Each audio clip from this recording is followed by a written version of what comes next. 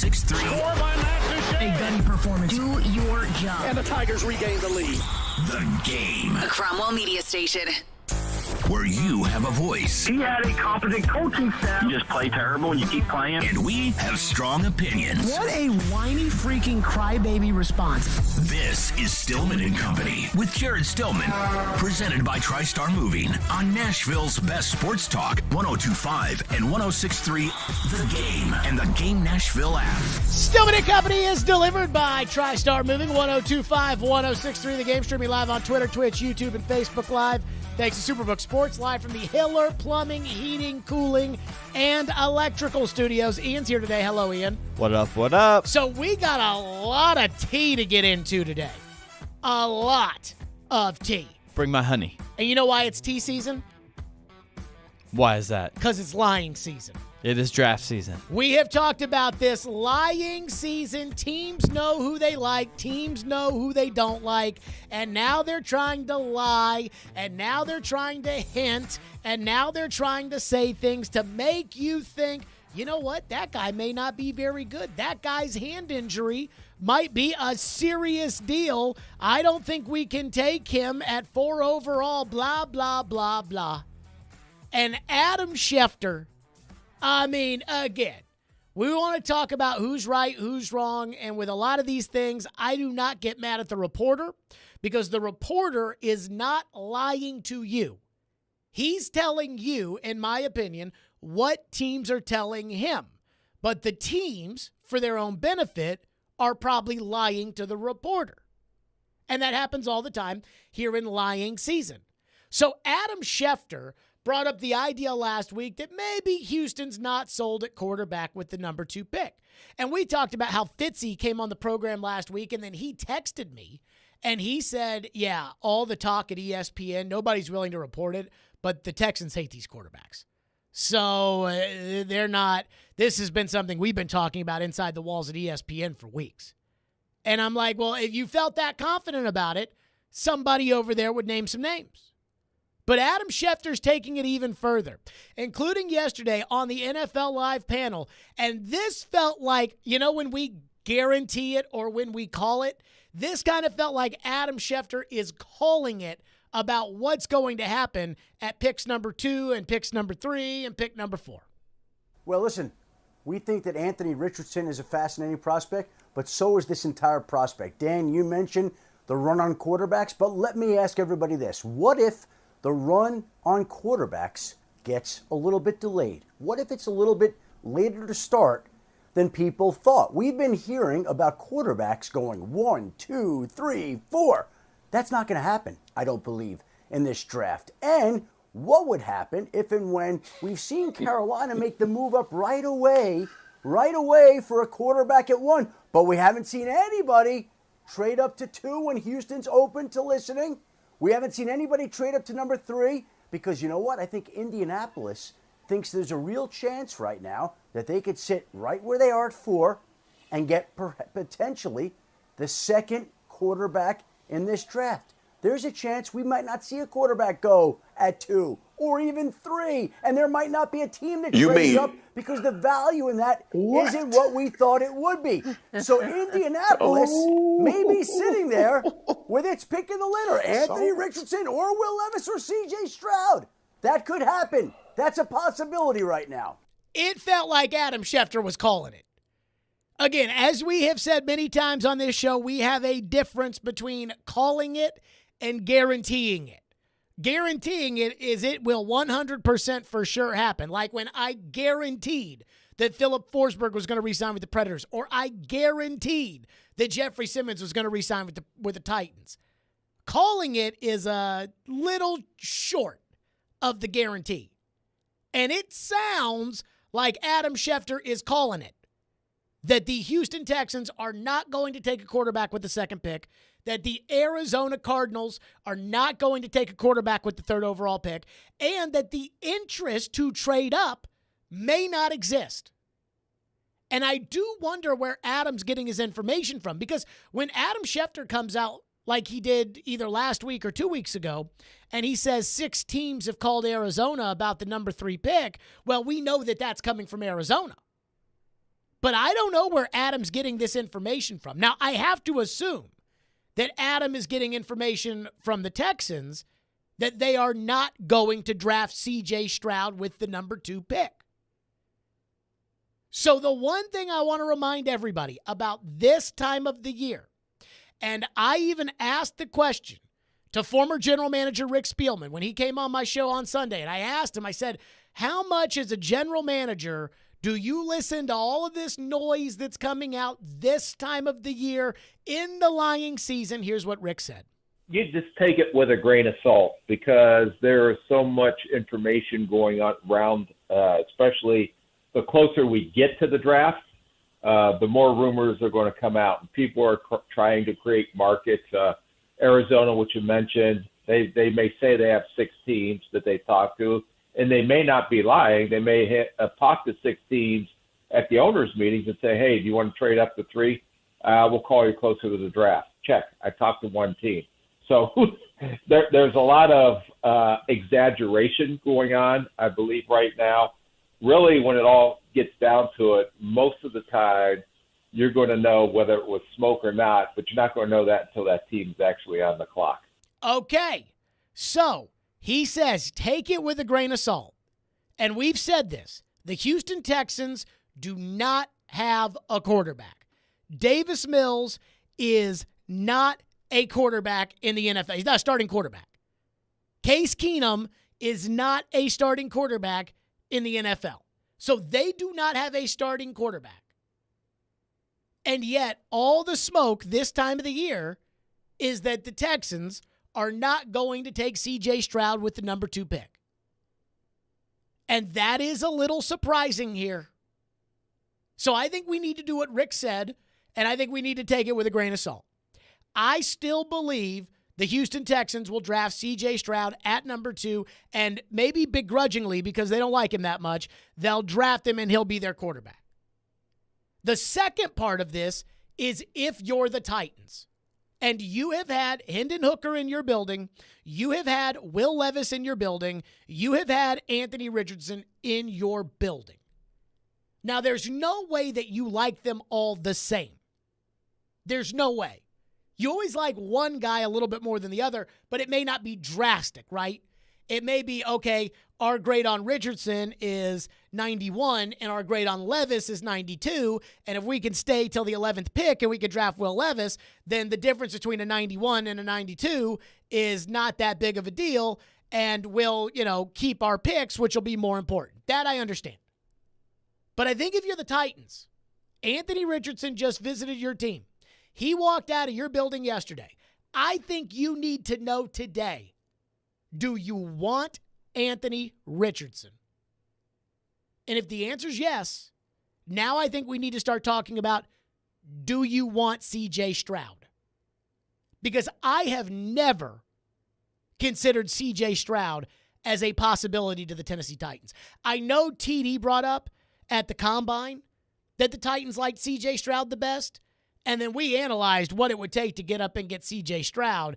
And then we all kind of realized, no, it's going to be Bryce Young or C.J. Stroud number 1. And it's going to be whoever doesn't go number 1, number 2. And so we can forget about Stroud and let's focus on Richardson and let's focus on Levis and let's focus on Hooker. And I think that's the same approach the Titans took because they didn't bring C.J. Stroud in for a visit. Now, they did send everybody to his pro day except Amy Adams-Strunk. They did not send her, but Vrabel went, Rand Carthon went, Tim Kelly went, even the offensive line coach went to the Ohio State Pro Day. I think the Titans sent 7 people to the Pro Day for C.J. Stroud and the rest of the Ohio State team. So just keep that in mind. But I think now the conversation has to be had about, is C.J. Stroud a possibility? And as we talk about that 3rd overall pick in the draft, now we have to be saying, okay, this may not just be for Anthony Richardson, but this might also instead be for C.J. Stroud. And like I said, I don't know how you feel about C.J. Stroud because I'm sure there are a lot of people that are saying, well, hold on, he's falling down these boards for a reason. I think there was a report that came out, though I did not see the report, but that he did not do very well on his what's it called? The S2 cognitive test or whatever it may be, the new Wonderlic, that maybe he didn't do very well on it, or that Mike Lombardi said that he's not coachable. I don't know. The one thing I would say is this. You need to take it with a grain of salt because that's what Rick Spielman told us to do. Take all these rumors that come out this time of the year in the lying season. Take it with a grain of salt. They might be an exaggeration. They may be a way of trying to create a market. A way you do that, Arizona calls Adam Schefter and says, nobody is calling about a quarterback here. So then Adam says, well, the Texans are telling him they're not that interested in a quarterback. And Arizona at 3 says nobody's all that interested in a quarterback. And then Adam's starting to put the dots together and saying, I don't think quarterbacks should go in 2 or 3. But we don't know that. It could be an exaggeration. It could be a bold-faced lie. I don't know. The one thing I do know is what I thought was going to be 2 weeks of Anthony Richardson, Anthony Richardson, Will Levis, Hendon Hooker, other players at other positions, which I do feel like we don't talk about anymore, and that's probably a problem on our fault. But now I think we need to turn the antenna up to C.J. Stroud. We now have to be discussing if the 3rd overall pick means C.J. Stroud. And if the 3rd overall pick means C.J. Stroud as well as Anthony Richardson, does that change your opinion at all? Or, if you're somebody like me and you already want to trade up to 3, does that strengthen your opinion at all? But I think we all have to understand that this is just Adam Schefter just putting it out there that he doesn't think a quarterback will go 2, and he doesn't think that a quarterback will go 3. And that Indy may be sitting there at 4, and what we thought a week ago that Stroud will be gone at 2 and Richardson will be gone at 3 and they'll be stuck with Levis. Well, hold on. Maybe that's not the case. 615-737-1025 is our phone number today, 615-737-1025. And I'm not saying that this drastically changes the draft outlook or changes the draft board. I think we just now need to be having discussions about the 2nd pick and the 3rd pick just in case. Coming up next, the odds have shifted on the number 2 pick in the NFL draft. So regardless of whether or not you think it's all a smokescreen or the Texans are for real, the betting markets have reacted. The one thing I will say about how I feel and how I feel the Titans should approach this. We'll get to that next. Stillman and Company right here, 102.5, 106.3 The Game. When it comes to Nashville sports, Locking up Jeffrey Simmons, clearly that was a priority for them. he knows his stuff A little bit good, a little bit bad. and knows how to push the right buttons. He's coming off an ACL tear, and he's 25 years old, so you cannot ignore that. Join Outkick's Chad Withrow every Friday at 5 with Stillman and Company. Withrow What I hate more than anything is people that are phony and not true to themselves. is on 102.5 and 106.3 The Game and the Game Nashville app. Attention all fire and safety line experts. Middle Tennessee's fastest growing fire protection company is looking for experienced service technicians, designers, and sprinkler system experts like you. Tired of working for a large corporate employer? Work for a company where you're more than just a number. Jarrett Fire Protection is owned and operated by Nashville natives and wants to invite you to grow with their amazing team. Hi, I'm Jason Jarrett, owner of Jarrett Companies. I'm looking to hire experienced sprinkler experts and will offer a sign-on bonus of up to $5,000 for certified professionals. In addition to our great benefits that include a 401k match, PTO, and top pay with annual bonuses, we will also provide you with the top-of-the-line tools, trucks, and equipment that you need to grow your career. Our customer base is large and business is booming with many opportunities for advancement. Give us a call or go online to jarrettfire.com and apply today to become a member of our family and protect our community. That's JARRETT fire.com. Jarrett Companies, where we are above and beyond industry standards.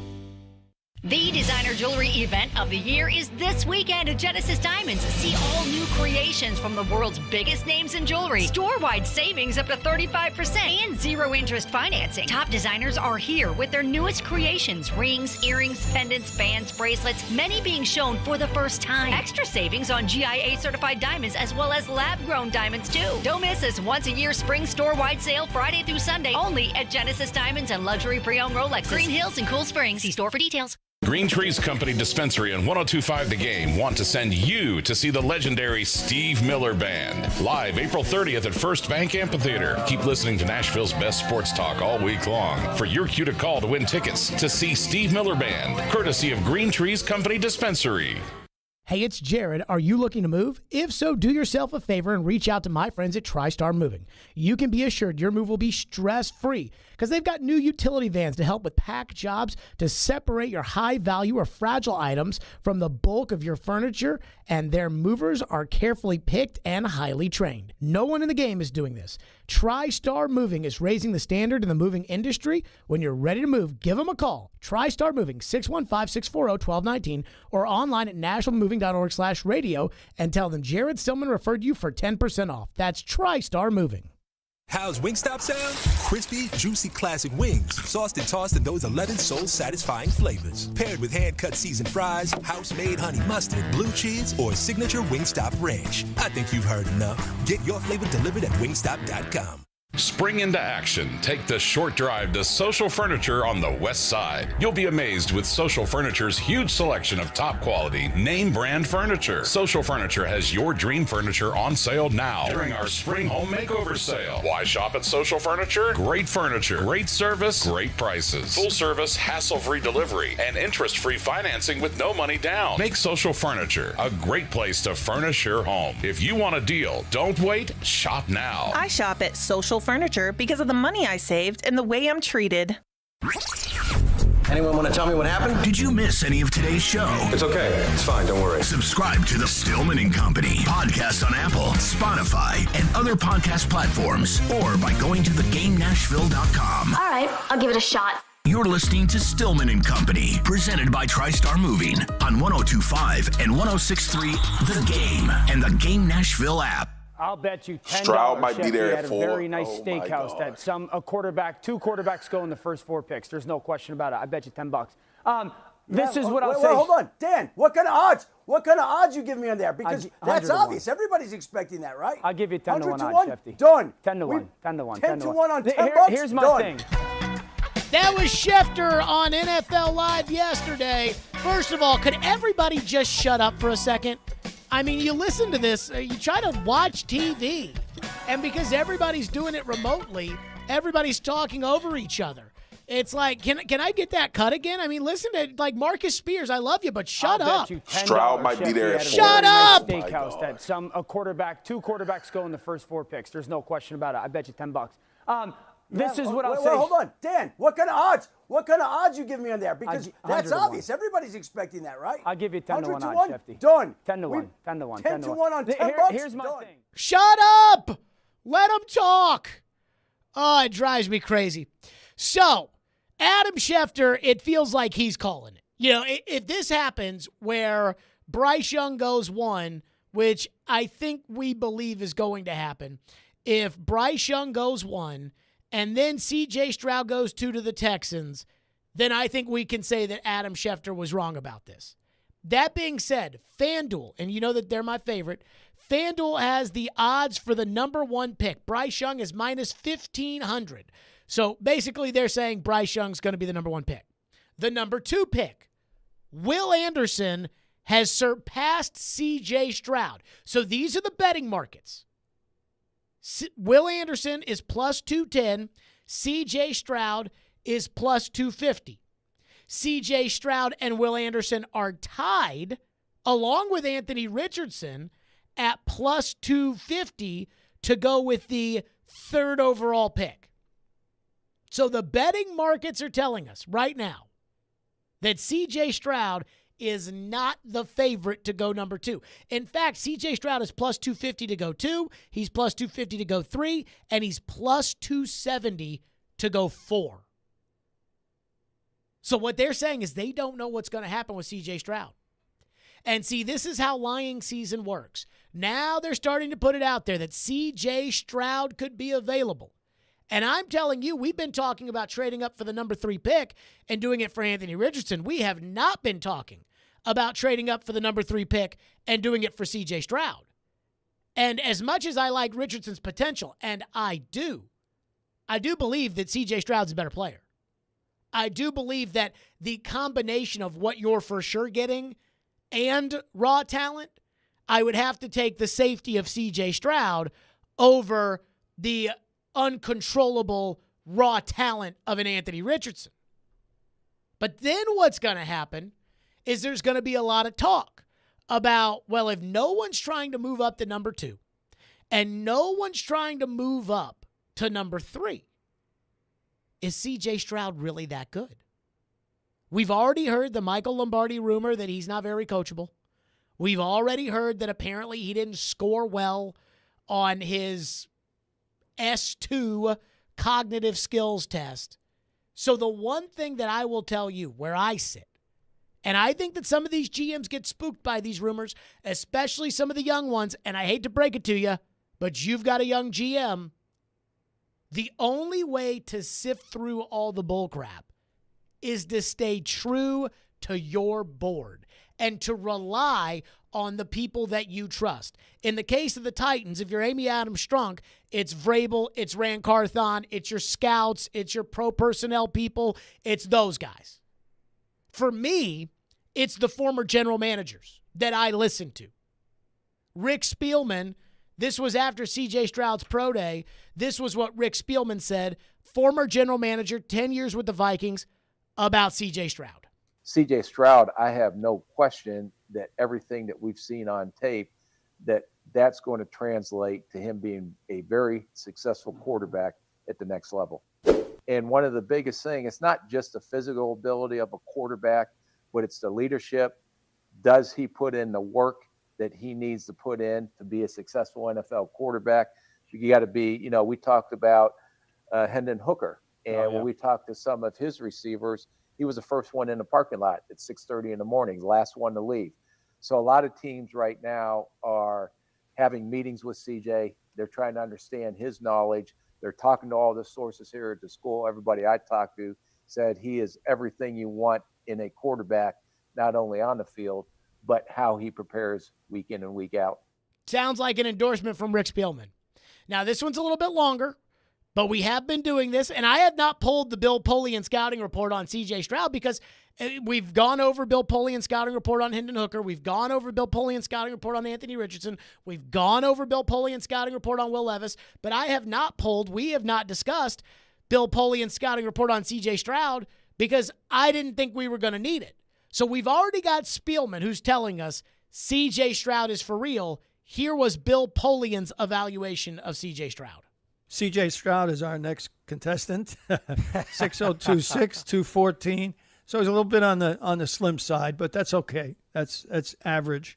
His completion percentage is 69.3, excuse me. So he's right on the number. An amazing 9.8 yards per attempt. That's incredible. But he has had, for 2 years, incredible receivers with him. Here's a number that just pops your eyes and is comparable, or at least you want to talk about it relative to Levis and Richardson. 85 TDs, 12 interceptions. Wow. To say he takes care of the ball is an understatement. CJ is an experienced starter on a very talented team. His arm strength, speed of release, footwork, accuracy on almost any throw, and touch on short throws are excellent. His location, allowing the receiver to run after the catch, is excellent. He appears to have a really good grasp of the offense. He recognizes defenses well. Now, keep in mind that as spread out as they are and as absolutely almost unguardable as those receivers are, it's not hard to recognize defenses at the college level. It's much more difficult at the pro level. He's very poised and comfortable in the pocket and has excellent ability to avoid free rushers, reset, and make a throw. He's very much comfortable in the pocket. Anthony, for example, is not. Levis is not entirely comfortable in the pocket. CJ is.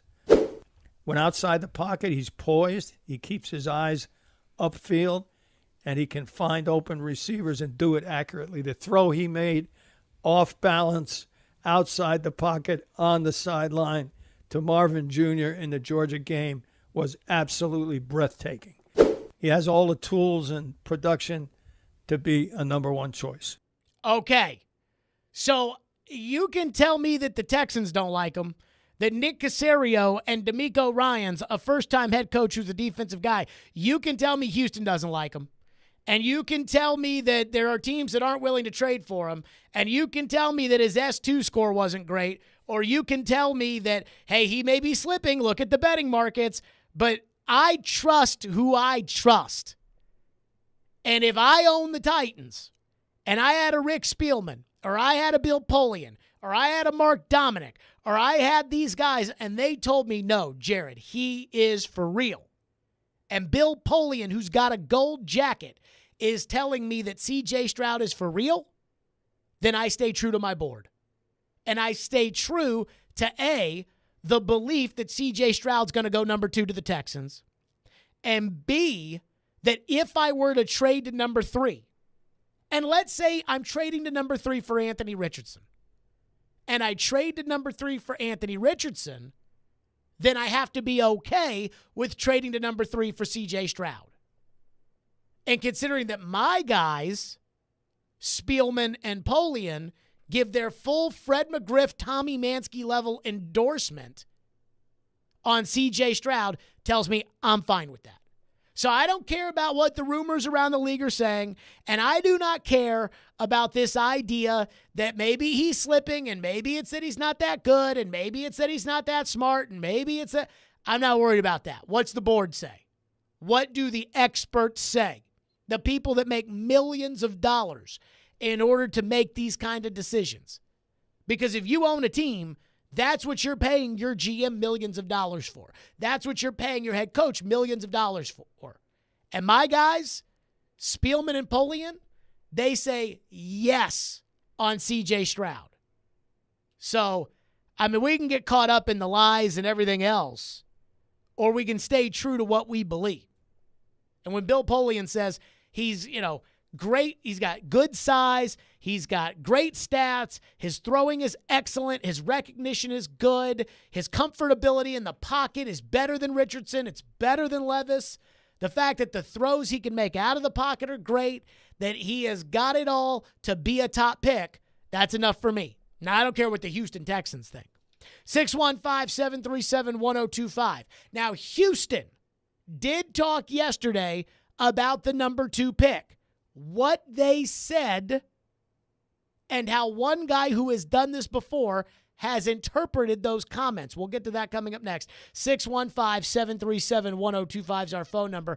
But I do think it's fair that if we were the Titans, for instance, and I owned the team, or I was the general manager, after all these rumors that are coming out about the Texans and that second pick, we would be sitting around the table having these discussions about C.J. Stroud that we were not having before because we assumed we weren't going to be able to pick him. Hiller Plumbing, Heating, Cooling, and Electrical. Those are my guys. They take fabulous care of my home, and they can do the exact same for you. Sometimes replacing equipment in your home can be overlooked until something breaks. But there are actually big problems that can come from outdated, old, vintage HVAC systems. Older systems have higher repair costs, require more maintenance, and result in higher utility bills. And even worse, they can break down when you need them the most. This month, during Hiller's Vintage Showdown, they're giving away a free HVAC system to the owner of the oldest unit. It's easy to enter. Just go online to happyhiller.com and submit a picture of your old unit. Plus, everybody wins with trade-in credits and 0% interest financing for up to 48 months on replacements. That's Hiller Plumbing, Heating, Cooling, and Electrical. My guys, proud supporters of the Preds, the Vols, and Vandy. Hiller, call the Happy Face Truck today. Welcome to the NFL Draft. The Tennessee Titans select. The NFL Draft is less than 2 weeks away. Are you ready? What will the Titans do with the 11th overall pick? It's a good question. It just feels like this draft isn't as strong. You know what these guys are right now. It's more imperative to try to move up. Keep it locked on Nashville's best Titans talk. 102.5 and 106.3 The Game and the Game Nashville app. Parman Energy is your one-stop petroleum solution across all of Tennessee, offering turnkey petroleum solutions for professionals in major industries, serving trucking fleets, construction companies, industrial plants, and more. Whether a large corporation or owner-operator, Parman Energy has your diesel fuel, lubricant, DEF, and equipment needs. No matter how you're getting there, start with Parman. Visit ParmanEnergy.com for more info. Your Tennessee petroleum solution providing totally outrageous customer service. Cards issued by Sutton Bank and Celtic Bank, members FDIC. Terms and conditions apply. What if you could do business without busy work? With Ramp, you can. Ramp is the future of finance with smart automation, corporate cards, and spend management. Just imagine, no more expense reports or shuffling wrinkled receipts. No more slogging through invoices or getting surprised by unexpected charges. Just your business's big idea with smart spend controls, automation that crushes busy work, and real-time insights so you can make it happen. In other words, Ramp completely reimagined finance to make it work for your business. Get set up, issue corporate cards, and start making payments in less than 15 minutes. See how Ramp does finance. Join today and get $250 just for signing up. Just go to ramp.com/sports. That's ramp.com/sports to get $250 for signing up. That's ramp.com/sports. This is Jim Mitchell at Mr. Transmission in Madison. Many of you care about a cure for cystic fibrosis. I care a lot and support the Saturday, May 6th golf tournament at Hendersonville's beautiful Country Hill Golf Course. It's the CureForOurFriends.org 9th annual golf tournament for cystic fibrosis. Tee off at 7:30 a.m. and 1 p.m. on May the 6th. Lots of prizes and sports stars, lunch and dinner provided for each tee time. Sign up at CureForOurFriends.org. That's CureForOurFriends.org. When you want live and local. If they were just better at the offensive line. You could be a contender in the AFC again. They've had more winning seasons than not. 102.5 and 106.3 The Game has you covered. Looking for some national programming? Why do I want to get a running back like that 5 more years? The AFC now is so deep at quarterback. Check out 94.9 The Fan. Nashville's home for all things sports is 102.5 and 106.3 The Game and 94.9 The Fan. Hey Nashville, this is Vanderbilt football head coach Clark Lee. You're listening to Nashville's best sports talk, ESPN 102.5 The Game and the Game Nashville app. I think our job and responsibility is to listen, not rule anything out. And I think whatever the end result is come Thursday, we'll be prepared to go either way. So if you want to quote me, are we open for business? I'd say we're open to listening. There you go. That was Nick Caserio, the general manager of the Houston Texans, who said they're open to listening. And I think the reaction to that would be, well, no, duh. They're open to listening. Everybody's open to listening on everything, or is open to listening on everything. Everybody's open to listen on everything, right? So, that's a very non-committal statement. But that's not how somebody who's done this before interpreted the Texans' comments as. Mark Dominic, former NFL general manager, this morning was reacting on SiriusXM NFL Radio, and he said, as a GM, here's how he took Caserio's comments about that number 2 pick and C.J. Stroud. As a former GM, I'm sitting there thinking, okay, so now there's 2 ways to play this game, and I respect both. Number one, when you say you're open for business, and willing to listen, it tells me that you're being honest, but it also says I like CJ Stroud, but we're not married. And so now what does it do? It creates a little bit of that break of well, maybe CJ Stroud's not that great. So now you're telling your fan base, right? You're telling all Houston Texans fans we'd like to get CJ Stroud, or maybe it's Will Levis or something like that, like you're talking about with Mort. But now I'm looking at Nick and I'm like, okay, so you could say, hey, look, we're ready for the draft. We're going to do what we need to do, and we're excited about it. Instead of, well, are you considering trading? Would you trade away the number 2 pick? Look, I am just going to tell you, we are very excited about the draft and the prospects that it brings. Now, you don't have to publicly say anything. You can go ahead and turn around and say, hey, Atlanta, call up, Terry Fontenot, the GM at Atlanta. Hey, look, we are considering moving out, but I'm not sure I want to do that. So if you're interested, you can do that behind the scenes. You don't have to do that on the front. Right, Solomon? That's right. That's right. That's the unique thing about this is that, are they telling you C.J. Stroud may not be the dude, and maybe there's somebody else they do like a little bit better, and maybe they're second first rounder that they want to do something there or move around. It's unique that you might say that in the simple fact that you can do all that work behind the scenes instead of saying to your fans, we're open for business, meaning we don't love C.J. Stroud, we like him and we'll take him, or another player. So I think it creates a level of intrigue. Okay. He's telling you that this isn't so much about are they exploring trading the pick. This is more so letting the fans know that we don't love the quarterback. And I think that makes sense because if the Houston Texans were to say nothing, right, like they weren't to leak anything to Adam Schefter, and it seems pretty obvious to us that they have told Adam Schefter we don't like the quarterbacks. You know, for Schefter to have now said twice over the last 2 weeks that he doesn't think C.J. Stroud's going number 2, so much so that it shifted the betting markets, it feels pretty obvious that they've said, hey, we don't like C.J. Stroud. But Mark Dominic is taking that as if he wanted to call Atlanta, or he wanted to call Vegas at 7, or he wanted to call Seattle, or he wanted to call Detroit at 6, or hell, if he wanted to call the Titans, he could have done that without telling the fans, yeah, we're open for business. The fact that he said that publicly makes him think that they don't really like C.J. Stroud. Now, like I said, the Texans may not like C.J. Stroud. And I said this at the time when they hired DeMeco Ryans, and I was like, are you sure you want to hire a defensive coach? Because you know you're going to have a high pick, and if you hire a Sean Payton, he can draft the C.J. Stroud or the Bryce Young, and then you've got that guy in Sean Payton's offense. So are you sure that's what you want to do?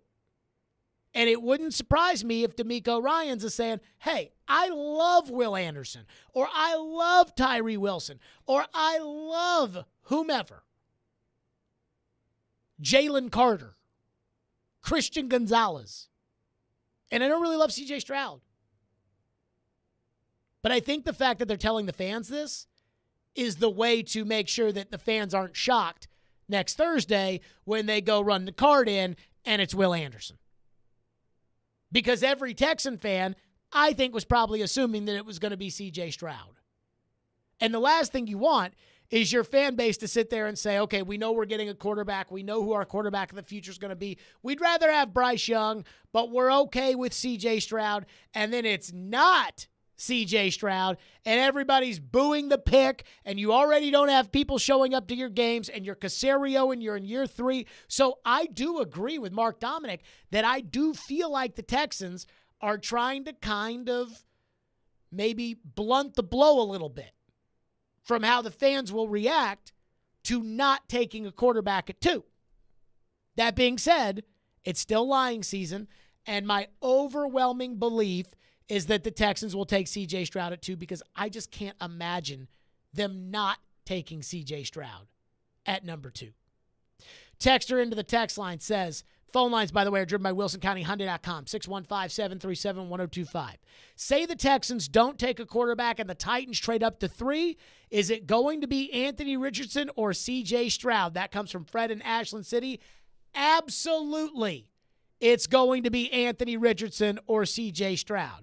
Now, Dan Orlovsky, who I don't often agree with most of his opinions, has come out and said that he has Anthony Richardson ahead of C.J. Stroud in his QB rankings. And I love Anthony Richardson, and I love the talent of Anthony Richardson, and I can tell you all kinds of different things about Anthony Richardson, and I cannot tell you those same things about C.J. Stroud. I mean, I haven't even watched any C.J. Stroud tape because I didn't think it was possible for the Titans to be able to draft C.J. Stroud. I mean, I want to say TD said like 2 months ago. How long ago was the Combine? Yeah, probably sometime in March, early March. I think it was like late April, early March. And TD said from the Combine that the Titans like C.J. Stroud the best. So that was like 2 months ago. We probably talked about C.J. Stroud for a day. And I'm going to tell you why. Because TD was on our show Thursday, as he always is, told us they like C.J. Stroud the best. On Friday, we talked a lot about C.J. Stroud, and then on Saturday, he had that unbelievable combine workout in which people were walking away. And I don't take the whole throwing. I think throwing at the combine and throwing at pro day are completely overrated.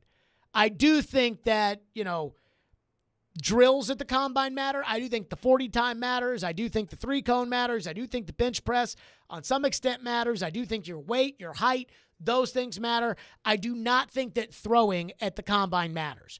But the people that do this for a living said that that was the best throwing combine workout they've ever seen.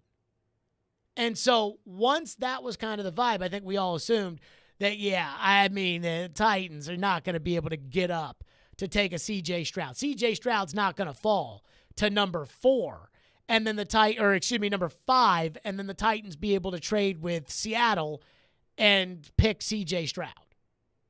And I kind of stand by that. Ryan in Nashville says, Mike Vrabel and Rand Carthon have to honestly ask themselves, do one of these quarterbacks have the dedication, talent, and intellect that trends towards that of Tom Brady? If they project these quarterbacks to be less than the class of Brady, like that of Tannehill, I'm not sure it's worthwhile to trade up for a quarterback. Vrabel knows what elite quarterback play looks like. Do not settle for a lesser projection. Let me tell you something, Ryan. If he's going to sit there and look for Tom Brady, he's going to be looking for a long time. And I think Vrabel knows that.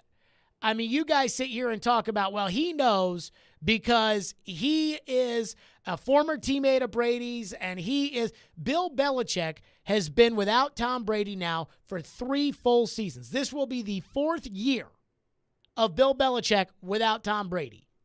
Since then, it's been Cam Newton, it's been Brian Hoyer, it's been Mac Jones, and Bailey Zappi. And the reports are, and I'm not sure I completely believe them, but the reports are out there that Bill Belichick doesn't even like Mac Jones.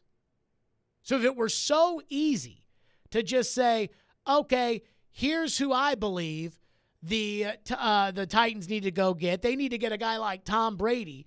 If it were so easy to sit there and say that's what you need to do, then I would ask you why Bill Belichick has not been able to do that when he was the guy who found Tom Brady to begin with. Because it's not that easy to find Tom Brady. That's why I keep bringing up Allen and Mahomes, because those were 2 teams that had made the playoffs the previous year, so they didn't have a great pick, that could have rested on their laurels with the quarterback they had, Tyrod Taylor in Buffalo, Alex Smith in Kansas City, but they didn't. They found a developable guy, they drafted the guy, and they developed the guy. And right now, they're probably 2 of the 3 best teams in your conference. And that's why I always say you cannot have it both ways. You cannot tell me, hey, I don't want to trade up for a guy that I have to develop. Well, then you're not willing to do what Kansas City did. You're not willing to do what Buffalo did. And when you say things like, you need to find a guy who reminds you of Tom Brady, like, I'm just going to tell you that doesn't exist. You'll be looking for a long time. You'll be out of a job by the time you find a guy that reminds you of Tom Brady, or they'll go number 1 and you won't be able to pick them. 615-737-1025 is the phone number. 615-737-1025. We'll get back to your phones. Plus, Jim Irsay has entered the conversation about these teams that might not like the quarterbacks. That old Kukak? I love Jim Irsay. He is. Well, let me tell you. I mean, I knew we needed a quarterback, and I said that Matt Ryan reminded me of Peyton Manning, but then I realized that he really didn't. And so now, I mean, we're looking for a quarterback, and, we could come out of this with Tyree Wilson and, still think that we could go ahead and draft Tanner McKee in the 5th round out of Stanford, and that could be the next guy. Sure. We'll get to that next. Hey, tune into our draft coverage, Nashville's best draft coverage, right here, 102.5, 106.3 The Game, for the first 3 rounds on Thursday and Friday. And our draft coverage is presented by Parman Tractor and Equipment, the newcumberland.com, Smoky Mountain Tops, Parman Energy, and B&B Flooring. The college football season never stops. ESPN college football analyst Trevor Manich joins Stillman and Company every Tuesday at 4:30. They've got to do what Nick Saban in Alabama has done so successfully over the last 10 years. Presented by Houston Clinic Orthopedics on Nashville's best sports talk, 102.5 and 106.3 The Game and the Game Nashville app. Hey, Robby, Stanley here, and season tickets for the Preds 2023-24 season are on sale now. Preds will be celebrating their 25th anniversary throughout next season. Full half and quarter season plans are available, and you can join the Loyal Legion today and receive the best seat locations at the best pricing and up to 50% off discounts on concessions throughout the season and more, plus priority access to the 2023 NHL Draft and awards, which are hosted right here in Nashville coming up this summer. Check it out at NashvillePredators.com/season tickets. At the law office of Amanda J. Gentry, we are committed to defending your rights. We have a team committed to helping you navigate the court system, whether you've been accused of a crime or you're going through a messy divorce in custody. Call our team to help you navigate this system. We are here to protect your rights, to demand your rights, to enforce your rights. 615-604-6263. 615-604-6263. AmandaJGentry.com. The Electronic Express Spring Clearance event has been extended. Get instant savings in every department, including all appliances, laptops and tablets, smart home, gaming consoles, speakers, and more. At Electronic Express, we have up to 50% off all your home theater needs, including 4K TVs, soundbars, and more. In stock and ready to deliver. Plus, buy now, pay later with up to 3 years free financing. Shop the Spring Clearance event in-store or online at Electronic Express. We make it happen. They talk sports. The Predators get the 2 points, which is obviously what they needed. They're not making big moves that are jaw-dropping signings in free agency. They talk life. Well, I almost just fell down the stairs, so there's that. My backpack was so heavy, the seatbelt alarm was going off the entire trip. But most of all, they have a good time. You're there. Yeah. Chase and Michelle, weekday mornings at 9 on 102.5 and 106.3 The Game and the Game Nashville app. Strong opinions and a strong personality on your drive home. This is Stillman and Company, presented by TriStar Moving on 102.5 and 106.3 The Game and the Game Nashville app. Why did Mr. Irsay feel like he needed to go out there and start to talk about the draft or start to talk about, what's going on? And yet, to your point, like he's like, well, we could stay pat, take a quarterback, we could trade up and get what we could trade back, or we might not take one at all. Like, well, yeah, that's pretty much. I think that's the draft. I think that's the onion. I think we all had them taking a quarterback at number 4. We all said this is what they need, and we've all been talking about striking out on the veteran quarterbacks. And even he at that press conference started talking about the quarterbacks. But now I think he's walking it back. That's what I take from this. I think he's walking that back, and I think when they use that 4th overall pick or whatever, if they use it as not a quarterback, he knows the fan base is going to be, what the heck is going on? Based on everything we've heard from them, right? Everything that he said. And now I think he's turning the temperature down. That's what he's not tweeting for nothing, by the way. Not right. Tweeting just because he had nothing to do. He's sending a message. And I think the message here is that if we don't go quarterback, don't be surprised. Solomon Wilcots this morning on the opening drive. And he was saying, hey, that old cooter Jim Irsay and his tweet about what he said, he's trying to tell the fans we may not go quarterback. So here is the tweet that Jim Irsay sent in. So we already got all the smoke that Houston's not going to go quarterback. We all know Arizona's not going to go quarterback, and it doesn't look like people have traded up for number 3 yet. Here's the Jim Irsay tweet. Quote, for the 23 draft, we have many options. With the 4th pick, we could stay put and take a QB, or trade up and take a QB, or trade down and maybe take a QB, or not. All options are on the table, but we like our position. We're very excited. Fire up, football emoji. And then 4 pictures. One is Anthony Richardson. Another is C.J. Stroud. Another is Will Levis. And did Bryce Young wear number 9 at Alabama? I can't remember. I'm guessing it's Bryce Young. I think so, yeah. Because he's so skinny. And so the other one is Bryce Young. So Jim Irsay has entered the chat, and he has said that they could stay at 4 and take a quarterback, that they could trade out of the pick and take a quarterback, that they could stay at 4 and not take a quarterback, or they could, well, hold on, he does not say that. He does not say they could stay and not take a QB, but then at the end he says or not. So they could not take a QB. They're taking a quarterback. I mean, there's no way the Indianapolis Colts cannot take a quarterback. This is why lying season gets so out of hand. Like Jim Irsay went to Twitter, and you heard Solomon Wilcots have that hypothesis that Jim Irsay was doing that because Jim Irsay needs to tell the fans, give them a little hint that they may not go quarterback. And I think that is ridiculous. I think it's ridiculous.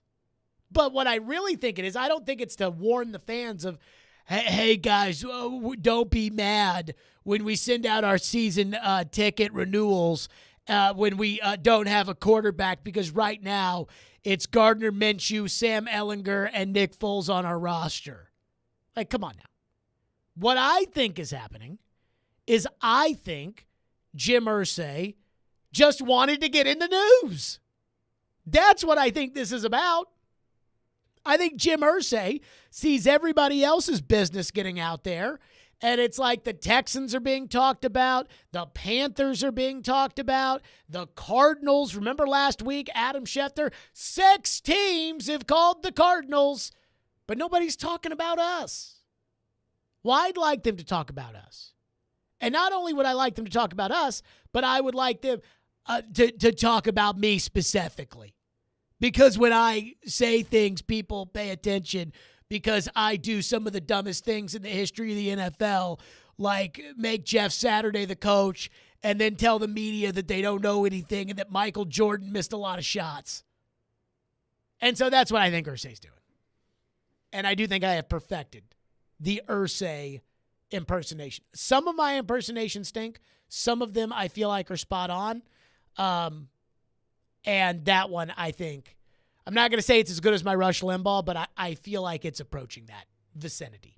Lester texts into the text line, and he says, in my opinion, all caps, I don't care what you say if the Titans trade up to the number 3 pick, then, caps, they must take the absolute best player available no matter who it is. The top 3 players in this draft are Bryce Young, C.J. Stroud, and Will Anderson, period. The Titans will not, in all caps, trade up to 3 to get Richardson. He isn't a top 3 pick. That comes from Lester. Let me say this about the idea of having to go with the best player available. Let's think about the 2019 NFL draft. Now, I don't have the John Madden football rankings in front of me, but I'm going to assume that Jeffrey Simmons and A.J. Brown and Quinnen Williams and those players are rated very highly on Madden football, right? I think we can agree. Jeffrey Simmons and Quinnen Williams are 2 of the 5 best defensive tackles in the NFL. A.J. Brown is one of the best receivers in the NFL. Where does Kyler Murray rank in terms of the best quarterbacks in the NFL? 16th? Where does Daniel Jones rank in terms of best quarterbacks in the NFL? 15th? If I were to ask you right now, for this upcoming season, Tannehill or Daniel Jones, who would you take? Ian, Tannehill or Daniel Jones? Right now, rest of career? No, this season. This season? Probably Daniel Jones. It's close. Yeah, I think I might go Jones. Here's the thing. Daniel Jones is not as good at quarterback as Jeffrey Simmons is at defensive tackle. But Jeffrey Simmons' new contract pays him $20.95 million a season, and Daniel Jones' new contract pays him $40 million a season. So when you tell me that Will Anderson is a better player than Anthony Richardson, I'm not going to argue that, though I am not a huge Will Anderson fan. I actually saw Chris Sims. He ranked his top edge rushers, and he has Will Anderson as the 5th best edge rusher in the draft. I have no idea because I don't know enough about the other edge rushers, but I'm not the biggest Will Anderson fan in the world. But no matter how good Will Anderson is, unless he's Lawrence Taylor, he's not as valuable as a quarterback. And I'm not saying he's not as valuable as a great quarterback like a Burrow or a Mahomes or an Allen, but he's not as good as an average quarterback. Kyler Murray makes $46 million a season. A.J. Brown makes $25. That's value. So when you tell me that if the Titans trade up to 3, it has to be for Young, Stroud, or Anderson because they're the 3 best players in this draft, that's great. But just because you're the best edge rusher does not mean that you're as valuable as an average quarterback. And I don't think Richardson's going to be an average quarterback, but I do believe that, I think he's got the potential to be way better than an average quarterback, but I do believe that it's a difference when we're talking about quarterback in every other position. Again, who makes the most money on your team? You've got the best running back in the NFL. Here's what's crazy. Jeffrey Simmons just signed for $105 million because he plays defensive tackle. Derrick Henry, over the last 4 seasons, in my opinion, is unquestionably the best running back in the NFL. Now, maybe each individual season you could argue that Jonathan Taylor was better in this season than Derrick was, or you could argue that, last season Nick Chubb was better than Derrick Henry or whatever, Josh Jacobs, whatever. But over the last 4 years, you cannot argue that Derrick Henry has not been the best running back in the NFL. Derrick Henry's made $45 million over that period. That's it. $45 million. Kyler Murray makes $46 a season. He won't even play this year, and he'll make $46 million. So don't tell me that the Titans need to take a better player than a quarterback because other positions are not as valuable as quarterback. End of the day, long story short, that's just how it is. Texter says that they want to hear the they want to hear the Rush Limbaugh impersonation. I don't know. Can I do the Rush Limbaugh impersonation? I guess so. The NFL draft is always a time of the year that reminds me about something that President Obama once said. So I'm sitting there and I'm watching it, and they're talking about it's the NFL draft, and and so they're talking about what everybody wants to know, and so the Obama starts talking about the draft. Then I'm not going to go any further because you go further and then you start pissing people off talking about politics, and there's no way to do Rush Limbaugh without talking about politics, but there you go. 615-737-1025 is our phone number. Speaking of politics, the stadium vote tonight. Tonight is the big one. And there is one little big issue that is yet to be resolved. And we'll get to that coming up next. Stillman and Company right here, 102.5, 106.3 The Game. Let me tell all the fine folks out there, as I love talking about all this stuff, do not miss Nashville's best draft coverage on Friday night. That's right, rounds 2 and 3. We'll be live from Wingstop, where flavor gets its wings, located at 3300 Gallatin Pike in Nashville on Friday, April 28th. Stuck at work without a radio? Wait a minute. Disastrous. I hate that. It's got to be there. That's okay. Download the Game Nashville app or go to thegamenashville.com and listen live. We are Nashville's best sports talk, 102.5 and 106.3 The Game. ElectronicExpress.com. We make it happen. Genesis Diamond's once-a-year spring store-wide sale is here this weekend. 3 days of phenomenal savings across the board. You save up to 35% off Genesis already guaranteed best prices. Rings, earrings, bracelets, bands, and more. Plus special financing. You can even trade in your old jewelry for some amazing new designs from our world-class designers who flew in just for this. Extra savings on GIA-certified diamonds as well as lab-grown diamonds. It's our biggest sale all year. This Friday through Sunday only. And only at Genesis Diamonds and Luxury Pre-Owned Rolex. Green Hills and Cool Springs. See store for details. What if you could be credit card debt-free in 10 days and save as much as $1,000 a month? Loan Pronto's all-new Express Equity Line of Credit program is just what you need. Willie Donick here. You don't have to do a full home refi. You can tap a small portion of the equity you have and enjoy a super low monthly payment. With Loan Pronto's Express Equity Credit Line, you can close in 7 to 10 days, and a $50,000 loan would only cost you around $400 a month. Use that money to pay off high-interest credit cards or do a home improvement. You can access up to 90% of your home's equity, and 9 out of of 10 homeowners won't even need an appraisal. Even if you did a total refi recently or just bought your home, you can tap the equity with this fast, easy program. Stop the madness and say no to 24% interest fees. Call Loan Pronto today. 615-499-5780. That's 615-499-5780 or go to loanpronto.com. Equal housing lender, NMLS 166-1781, subject to lender approval. Now, your Game Center update.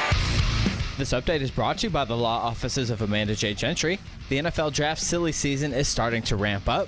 The latest info from ESPN's Adam Schefter involves the Houston Texans with the second overall pick. It's been assumed Houston will take quarterback. Here's Schefter on the latest. What if the run on quarterbacks gets a little bit delayed? What if it's a little bit later to start than people thought? We've been hearing about quarterbacks going 1, 2, 3, 4.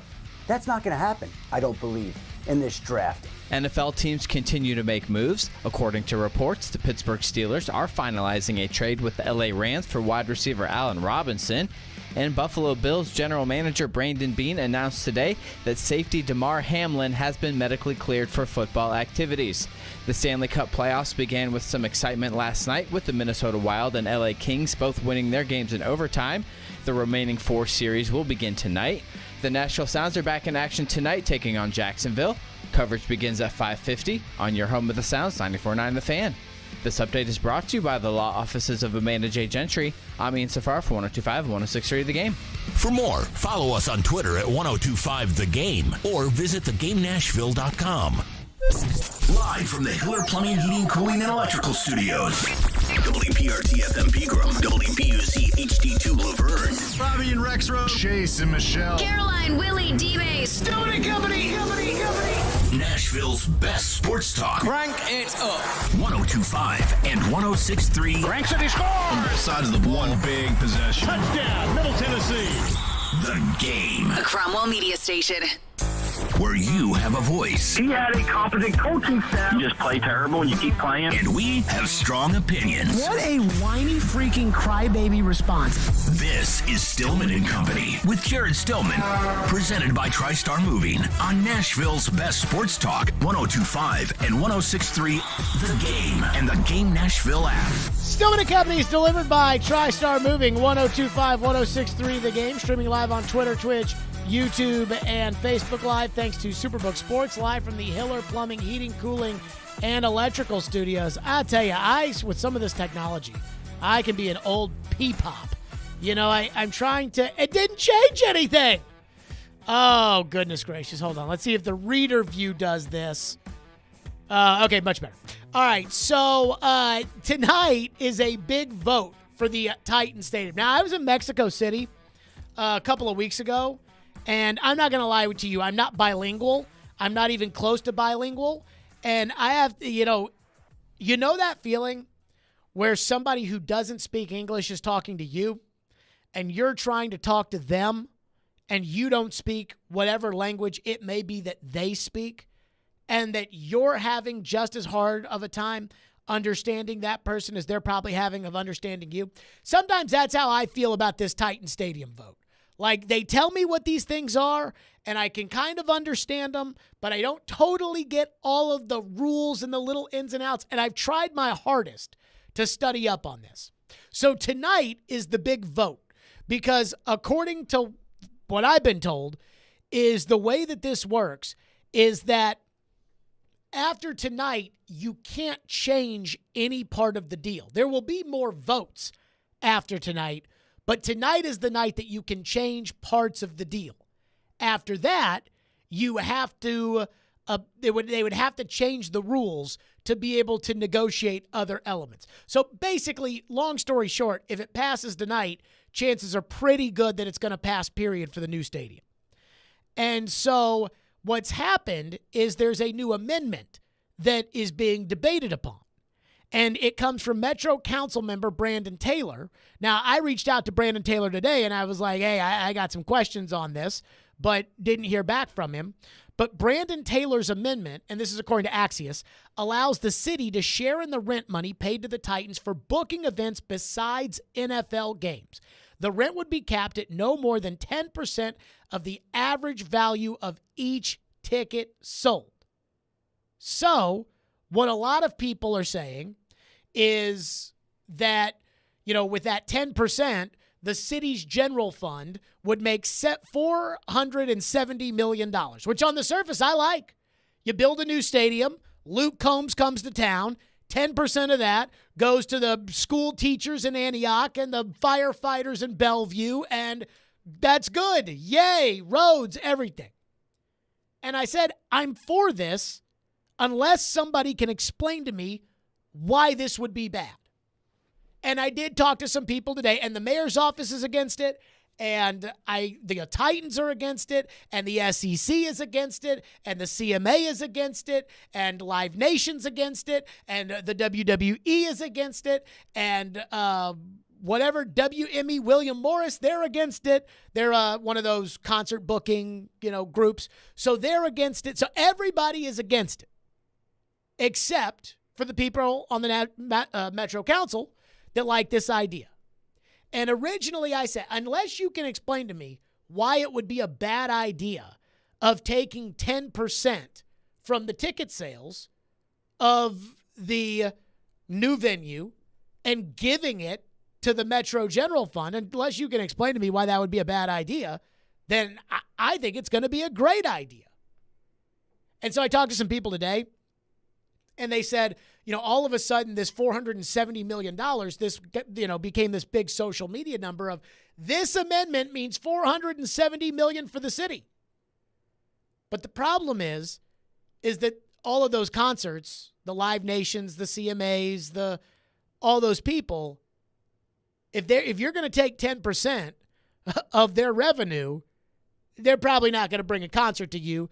They'd rather go to Indianapolis. They'd rather go to Louisville. They'd rather go to Cincinnati. They'd rather go to some of these places if you're going to take their 10%. And the way it works is the Titans, from my understanding of it, the Titans don't get the tickets on an event that is not a Titans event. So if you went to Luke Combs this past weekend, when you bought that ticket, the Titans don't get that money. Now, when you bought popcorn and you bought beers and you bought water and you bought all that stuff, now you're paying the Titans. When you park in lot E, you're paying the Titans. But when you're going to the concert to see Luke Combs, you're not paying the Titans. So now the Titans are going to have to pay 10% of the average ticket price and give that to Metro. And if that happens, you may not get the Final Four. And if that happens, the SEC may not put one of those opening season games on ESPN where a Florida plays a Penn State. They may not put that game there. So the idea of, well, this will generate $500 million basically for the city, the mayor's office is saying that that's not valid because it doesn't take into account the possibility that a lot of these concerts and sporting events are not going to come to Nashville if they're going to take 10% off the top. So at first I was like, hey, 10%? Sure. And of course the Titans aren't going to like it. And of course the concerts aren't going to like it. But you mean to tell me that these people aren't going to play at Nissan Stadium or I guess in Nashville when it's Music City? And I said, unless somebody tells me why this is a bad idea, I'll say the 10% is a good idea. Now, apparently, there's another amendment that council member Jennifer Gamble has put in front of the council that would undo the 10% plan. So Taylor's got the 10% plan. Jennifer Gamble's got what I call the 3% plan. She proposes to cap the amount of rent money shared with Metro at no more than 3% of the cost of the average ticket. Gamble wants to send the money to a nonprofit investment fund. Now that is, I think it's the Nashville. God, I knew this all day, and I actually wrote it down in my notes, and then I didn't bring my notes with me in today. The Nashville whatever. Long story short, instead of the Metro Council general obligation money, the Metro Council, the mayor's office, which does the general obligation money, the Metro Council will be able to decide where this money goes. Gamble says she's concerned the city, and this is from Axios, she's concerned the city would miss out on booking major events if the rent share agreement is too costly for major promoters who instead steer their concerts or tours to other cities. So tonight, the vote on the Titan Stadium deal is scheduled, and if it passes, then a special meeting will be planned for April 25th. If it passes tonight, my guess is the stadium deal is unofficially over with because you can't change the rules between the Metro Council and the Titans. You cannot change the agreement between the Metro Council, the mayor's office, and the Titans without changing the rules to how the Metro Council operates. Now, I think all this stuff's stupid, just like I think the Electoral College is stupid. I think it should be one person, one vote. And I think that we should just, do people want this? I think that's how it should be done. I know these rules are in place to keep that from being done for a bunch of different reasons, and I don't really like those reasons, but I get it. I understand it. But this is what I said today. I said, I like the idea of 10%. But if you're telling me that 10%, and some of this may be posturing of Greg Sankey saying this would be terrible and the SEC would have to think about bringing events to the stadium if that were the case, and that the concert promoters are saying, well, we're not going to bring Luke Combs and we're not going to bring Kenny Chesney and we're not going to bring the people that sell out stadiums. We're not going to bring them there if we have to pay the city 10% of the money. Then I can accept 3%.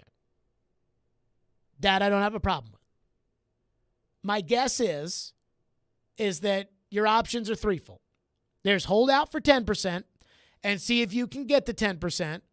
And then if you do get the 10%, see if all of the other private businesses, which the Titans, and I guess the SEC is not a private business, nor is the NCAA with the Final Four, but they operate essentially as a private business. And all these concert promotions and the Live Nations and the William Morrises and the everything else, let's see. If you get 10%, are they going to start pulling stuff out? Also, I think they do need to amend some of this. I mean, what are we going to tax TSU 10% to play a TSU football game? I mean, I think that's a little ridiculous. What I would like if you put in the 10% would be to say college sports are exempt from it too, because we want to play college games there. High school games should be exempt. I mean, if we have a state championship at the new stadium, don't you think we should not charge the high schools 10% to play that state championship? But if the options are 10% and then everybody pulls out and that 10% is not as much money as we think it's going to be because all of these events don't want to come here because they don't want to pay the 10%, then it doesn't really do a whole lot for you. It sounds like the real options are 3% or no percent. And this to me is a negotiation. And so it sounds like, just from the people I've talked to, and I've talked to everybody from all over today. I talked to a council member today. I talked to all kinds of different people. I think the 3% is going to pass, which means, again, that you're going to get no more than 3% the cost of the average tickets. Now, I don't like this no more, because when it says that it will be no more than 3%, what does that mean? Like 1%, 2%, 0%? I mean, I'd like to know if it's going to for sure be 3%. But, again, the cap at 3% of the average ticket, I think that's ultimately going to get passed. And I do think that that's going to mean real money for real people. And this is why I like it into this Nashville, this Nashville Impact Fund that they have, in which the Metro Council gets to decide how to use the money instead of the mayor's office deciding how to use the money with the general budget. Because in this case, let's say you think that your teachers need to be paid more in your district, or you think that you need your roads to be repaved, or you think you need more police officers. Well, you can go to your council member and you can say, hey, I think we need more police. We need more money for police in our area. And then because the Metro Council decides where they can use this money, then your Metro Council person can fight to get you that money from the stadium project to use in your district. So that I don't have a problem with. Long story short, me personally, I'm cool with 10%, but I am worried about what would happen if you got the 10%. I think we're going to get 3%, and I certainly think 3% is better than 0%. So make of that what you will. 615-737-1025 is the phone number. 615-737-1025. We'll get to your thoughts in that. 615-737-1025. And the one thing that I will say about this 3% that I do think we're ultimately going to get passed by the council, we'll get to that coming up next. And my other thought about where you all stand on this and why I believe what the Metro Council is doing with the Titans and the mayor's office is not a bad thing. We'll get to that. Stillman and Company, 615-737-1025. Join 1025 The Game for the second annual Music City Celebrity Golf Tournament presented by Gary Force Acura, benefiting Souls for Souls on June 7th at Hermitage Golf Course. Put your team together and come play with athletes, musicians, and other local celebrities to support a great cause and have loads of fun. Plus, you'll have the chance to win awesome prizes. Sign up to play, sponsor, or donate at theGameNashville.com/golf. Want to jump into the mind of a 15-year NFL vet? Well, here's your chance. It's Ask D-Mace. Come on, bring them on. Ask questions on football and life to Derek Mason every Friday at 12:30 on Ask D-Mace. Don't mess with her. The skilled guy. Money reigns supreme. On Caroline, Willie, and on 102.5 and 106.3 The Game and the Game Nashville app. Want to enter the construction field as a career? Make good money and finish with no debt and earn while you learn. Average starting salary over $18 an hour. First year of college averages $10,000. 4 years of our Construction Trades Academy, a total of $8,000 to $9,600. Applications are open with first-year scholarships available. CTANash.com. ABC Greater Tennessee Construction Trades Academy. Apply today. CTANash.com.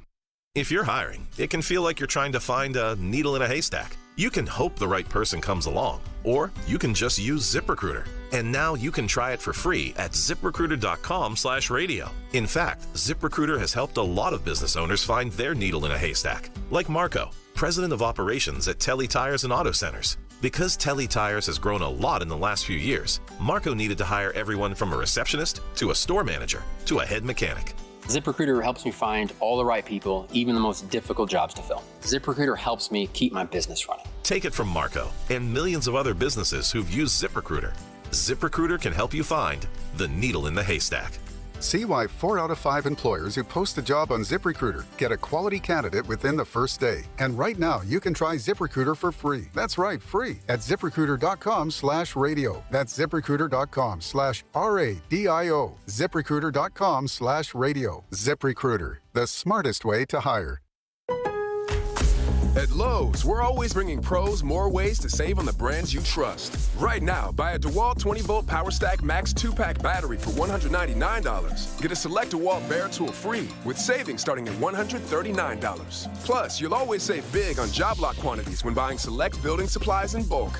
Because Lowe's knows savings, Lowe's knows pros. Selection varies by location. While supplies last, Lowe's reserves the right to limit quantities. Discount taken at time of purchase. Battery and charger not included with 3 items. Valid for 5-3. Wait, aren't these all charitable donations? At Magda's Tax Prep, every person counts. I'd rather not have to file for an extension. She needs new auditors to maximize returns on her family time. On itemized deductions. Hey, can someone help with these 1099s? Indeed can help her hire great people fast. I need Indeed. Indeed you do. Our hiring platform instantly connects you with quality candidates whose resumes on Indeed match your job description. Visit Indeed.com/credit and get $75 towards your first sponsored job. Terms and conditions apply. We try to stay cool by being on social media. I'm with it. I'm hip. Follow us on Twitter at 1025 The Game and on Instagram at 1025 The Game Nashville. Hey! Oh, yeah. And like us on Facebook, too. You're listening to Stillman and Company, presented by TriStar Moving on 1025 and 106.3 The Game and the Game Nashville app. Given our mission as an organization, given Amy's style as a leader and as an NFL owner was never an acceptable outcome for us, and it wasn't for the city either. We just knew that would be putting the taxpayers of Nashville in a really bad spot. And this wasn't something that snuck up on us. This is this lease and this building have been on something of a collision course given the condition of the building and given the nature of the lease. And there had been, some kind of Band-Aids as we went. And what we've been trying to do now for a long time is take a step back and come up with one comprehensive, responsible solution, a sustainable solution that is a legitimate win-win-win across the board. And so we are just thrilled that we believe that we've landed on that outcome. It was really a high goal. There you go. That was Bert Nyhill, team president and CEO, when the deal with the mayor's office was first announced. And now it's coming down to the nitty-gritty. Tonight is the big vote on the second reading. And now we're starting to see the Metro Council members kind of poke some holes in this. And I think there's probably some people that don't like it. And let me say this. I am not a political guy. I am not, especially on like the city level and things like that. I'm not a big political guy. I think what I think, and I know some of you agree with it, and I know some of you don't. And I go on from there. But the idea of Metro Council poking holes in this plan by the Titans and the mayor, and the adversarial nature with which I think is inherent to these kind of negotiations, is actually a good thing, right? I mean, I don't care about the minutia of this deal, other than the fact that I want to make sure that this stadium deal and that my position on this stadium deal is one that, A, I think is honest, and B, I think is what's fair to the city and what's right for the city. That's all I care about.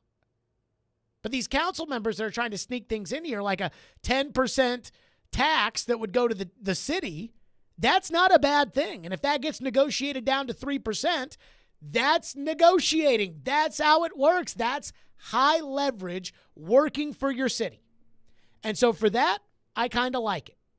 Jennifer Gamble, who's got the 3% amendment that's going out there, she says that, I'm reading from a WKRN News 2 article, Gamble and other council members said that the reaction for the Titans, the Nashville tourism industry, and other stakeholders were swift and strong. Quote, "We started to hear from organizations from the SCC and others that felt a 10% escalation of a scaling fee would make it prohibitive for many organizations to afford to come to Nashville and have events at the stadium, and would pass that on to the users.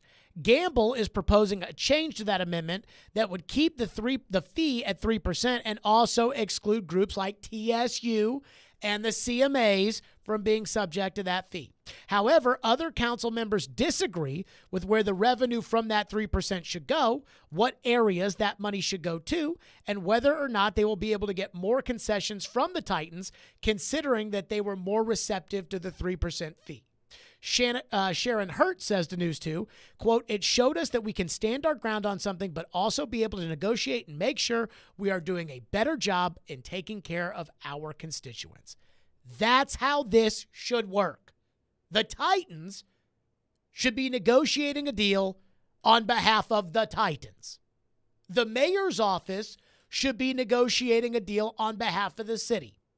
And then the Metro Council should be poking holes in that agreement, to which they make the Titans and the mayor's office go back and kind of patch those holes over so that each individual district is taken care of.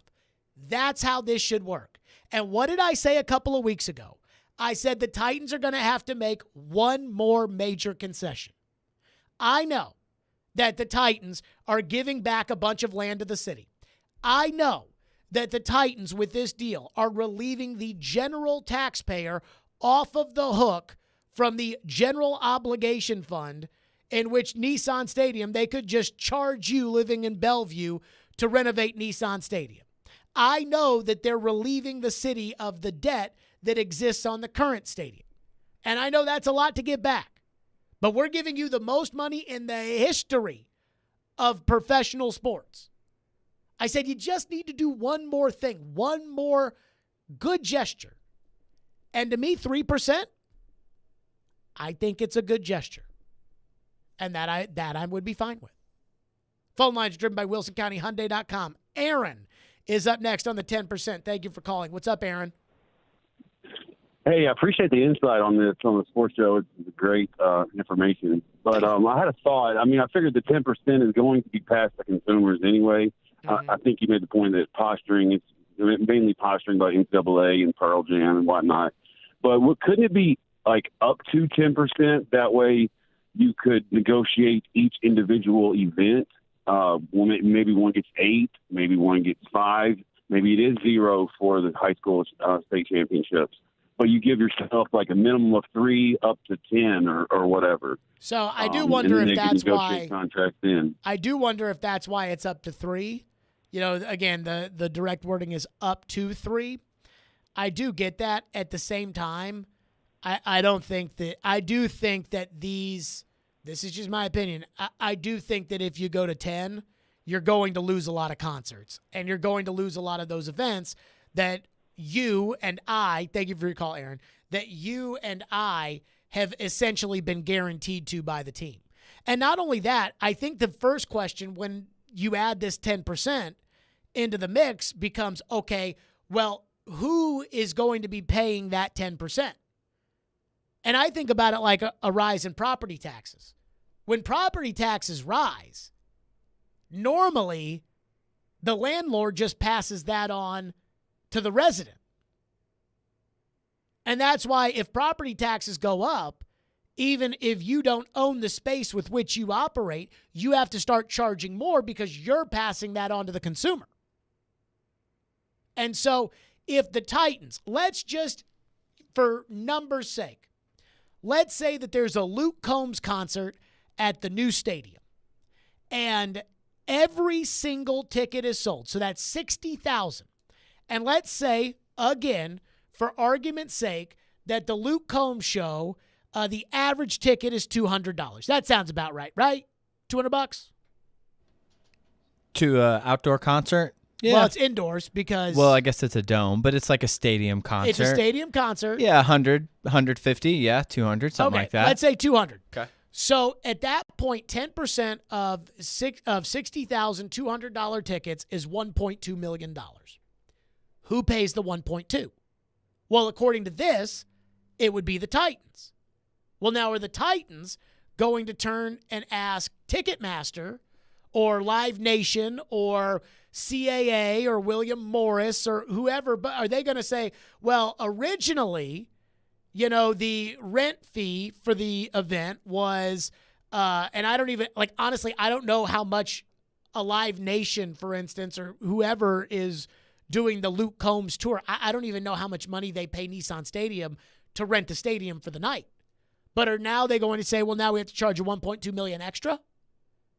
And then is that $1.2 million, is that enough money to make them say, well, screw that, we're going to Indianapolis. Screw that, we're going to Cincinnati. Atlanta, screw you 10%, $1.2 million. Or are they going to say, okay, well, now we have to raise the cost of the tickets to make up the extra $1.2 million. And if that's the case, then only the consumer's paying for it anyways. And that doesn't seem overly fair either. If you can get it to 3%, and I have no idea how to negotiate these kind of deals, but if you can get it to 3%, that sounds better than 0%. And 10%, it sounds like this 3% because it's such a compromised number, and the Titans seem so gung-ho for it, at least according to that one council member to News 2. It does kind of feel like everybody's going to be okay with it, and you're still going to get the original shows, and you're going to get your 3%. If you stand pat at 10%, then I do think there's going to be some people that are like, well, we're not doing it just out of spite of the fact that we told you we thought 10% was egregious. But I don't know. Does that mean that all of a sudden you could stay at 10% and all these people and all these concerts would still come? Because at the end of the day, it's Music City. And are you really going to look at the act and say, hey, we got your concert dates out here in Music City, and all of a sudden, you know, the biggest country singer there ever was looks at it and says, like, who would that be right now? Morgan Wallen, probably. So all of a sudden, Morgan Wallen's looking at it and being like, hold on. We're playing Tampa Stadium. We're playing Dallas Stadium. We're playing the Rams Stadium. We're playing the Vikings Stadium. We're playing this stadium. But we're not playing the home stadium. We're not playing Nashville Stadium. So I do wonder if you could get away with it because you're Nashville. And that's for the council to decide. But ultimately, a lot of this minutia, I mean, this is why I feel like we have a Metro Council to do this on our behalf so that we don't have to get into the, well, is 3% right? Is 10% right? Is 0% right? And obviously 0%. If we know we can get 3%, let's roll with 3%. 615-737-1025. We will get to your phones on this because a lot of you want to weigh in as well. 615-737-1025. Stillman and Company right here on 102.5, 106.3 The Game. Let me tell all the fine folks out there to join Max Hers and Pete Weber and Hal Gill tomorrow at 6 o'clock right here on 102.5, 106.3 The Game for the Predators end-of-season wrap-up show. And they'll be joined by special guests as they look at what's ahead for the Predators. Wednesday night, join Max Hers, Pete Weber, and Hal Gill for the Predators season wrap-up show. We'll put a bow on the season and look ahead to the next starting at 6 on 102.5 and 106.3 The Game and the Game Nashville app. Tools of the Game, brought to you by Northern Tool and Equipment. Now that you've taken on the big job, doesn't mean you have to settle for big box. Northern Tool helps with the little things that make the biggest difference. From pressure washers to power tools and pallet jacks to push carts, Northern Tool and Equipment has what you need to get the job done. Michelle Knezvik here for Superbook Sports. Baseball is back and the push for the postseason is on for hockey and hoops. Make it all count this spring with Superbook Sports. Superbook Sports is the best wagering app around with a direct line to experienced bookmakers behind the counter in the one and only Superbook in Las Vegas. Plus, get a $250 bonus when you sign up, deposit, and wager all in the same day. Don't let spring pass you by without winning some money with Superbook Sports. Visit superbook.com for terms and conditions. Gambling problem? Call 1-800-889-9789. What if you could be credit card debt-free in 10 days and save as much as $1,000 a month? Loan Pronto's all-new Express Equity Line of Credit program is just what you need. Willie Donick here. You don't have to do a full home refi. You can tap a small portion of the equity you have and enjoy a super low monthly payment. With Loan Pronto's Express Equity Credit Line, you can close in 7 to 10 days, and a $50,000 loan would only cost you around $400 a month. Use that money to pay off high-interest credit cards or do a home improvement. You can access up to 90% of your home's equity, and 9 out of 10 homeowners won't even need an appraisal. Even if you did a total refi recently or just bought your home, you can tap the equity with this fast, easy program. Stop the madness and say no to 24% interest fees. Call Loan Pronto today. 615-499-5780. That's 615-499-5780 or go to loanpronto.com. Equal housing lender, NMLS 166-1781, subject to lender approval. Nashville Sounds Baseball lives on 94.9 The Fan. Catch every pitch. Swing and a miss, strike 3. Every hit. That's a base hit. Every run. Looking up, it's gone. On your home for Sounds Baseball. 94.9 The Fan and The Fan app. Hey, this is Pekka Rinne. You're listening to Nashville's best sports talk, ESPN 102.5 The Game. Would you be skeptical, though, if you were on the council and you didn't have a term sheet right now? Well, if I was on the council, I would look into all the details, and then I would be for it. You know, because it frees us up of $1 billion liability that exists right now.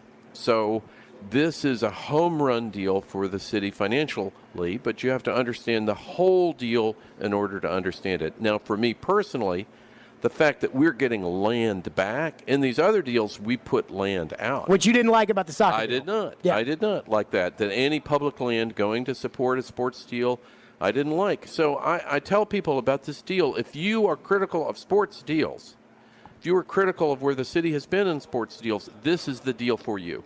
Because it redresses all the things that were kind of a concern in these other sports deals, and it fixes them. It frees the general taxpayer back to being just working for the city and not working for a team. Now, a generation ago, this made a lot of sense, and cities would have traded places with us in order to get the Titans here in the first place. There you go. That was Mayor Cooper talking about the stadium when this deal got done.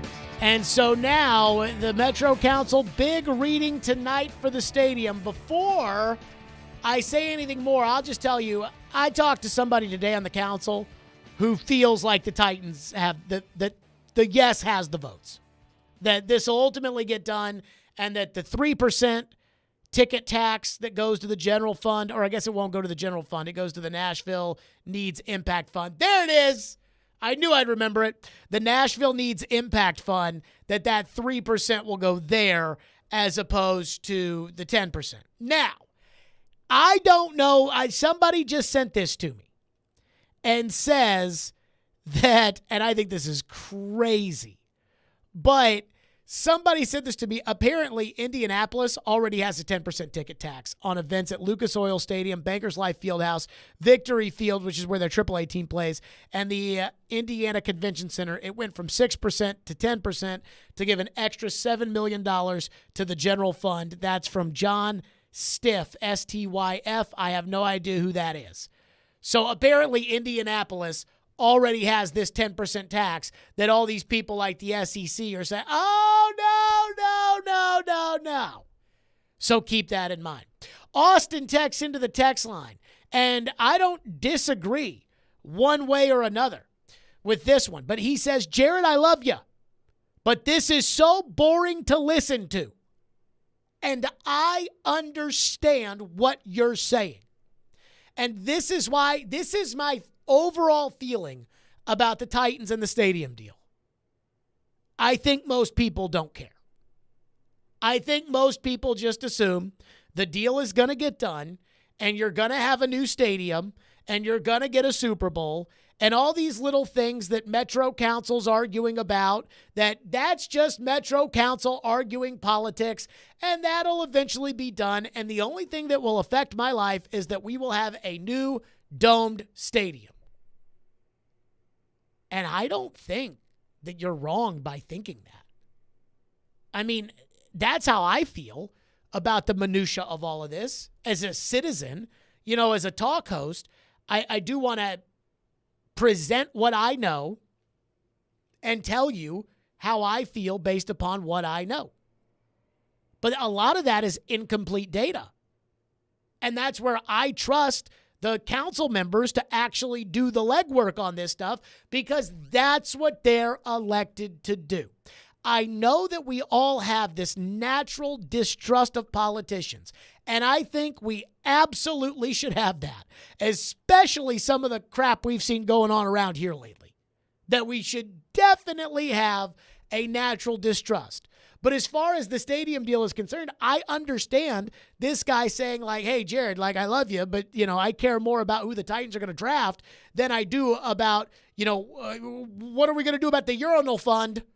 I mean, how are we going to be able to pay for the urinals that we are going to have at the new stadium when we want the high-class urinals? Whose tax dollars are that coming out of? Mayor Cooper, I understand. But I also think that it is important for us to go over these things because at the end of the day, it's your council member, it's your mayor, it's your team, it's your everything. Xavier says, do you think that the 10% was proposed because it makes 3% look a hell of a lot better than 10%, so now 3% looks reasonable? That I couldn't tell you. What I would tell you is that when I woke up this morning, I was in favor of 10%. Because I said to myself, is Luke Combs really not going to come to Nashville and play a show because of a 10% tax that goes to the general fund? And the one thing that I have wondered, and I got some background on this today about how the stadium is going to benefit other parts of the city. But the one thing that I really needed the Titans to do, and I really needed the mayor's office to do, is I needed for them to give me a true example of how building this giant billion-dollar stadium downtown with the most taxpayer money in the history of pro sports, I needed to know how that helped the school in Antioch. I needed to know how that helped the school in Bellevue and everybody else in Davidson County. And there are certain elements, like property taxes on some of the project in the East Bank development, and that money going into, that money going into the general fund. And I heard that the estimation for what all that would be about $1.45 billion-ish. Just something I heard. Don't know, how you come up with that kind of number, but that's what I heard. And so that's good. But at the same time, if I can get an extra 10% of every event that's in there that's not a football game, Sold. And if now that I know that Indianapolis is doing it, Texter says, I remember when the lottery was passed and it was supposed to save the schools. I don't believe any of the stadium talk. See, I don't remember when the lottery was passed. I think I was like 13 when the lottery was passed. But I do know that there's a lot of people that I went to high school with that went to college at like UT and other places, and they didn't have to pay as much because of the lottery. Now, I don't play the lottery. I think there should be a lottery because I think gambling should be legal, and I think the lottery is gambling. But I do think that it's helped. Wes in Clarksville says, so what if there's no stadium deal? Do the Titans leave? Let me say this. I think everybody is so dug in at this point, and they're so close to getting this thing done that there's going to be a stadium deal one way or another. Right now what's happening is I believe the Metro Council is trying to kind of shake the Titans and shake the city. Well, not really the city. They're on the city side, but the mayor's office. They'll shake the Titans and see kind of what change may come out of the pockets. And I don't have a problem with that. Somebody texted me and said, I fully paid for my undergrad with lottery money. Go Blue Raiders. So you can't tell me that the lottery didn't do something right.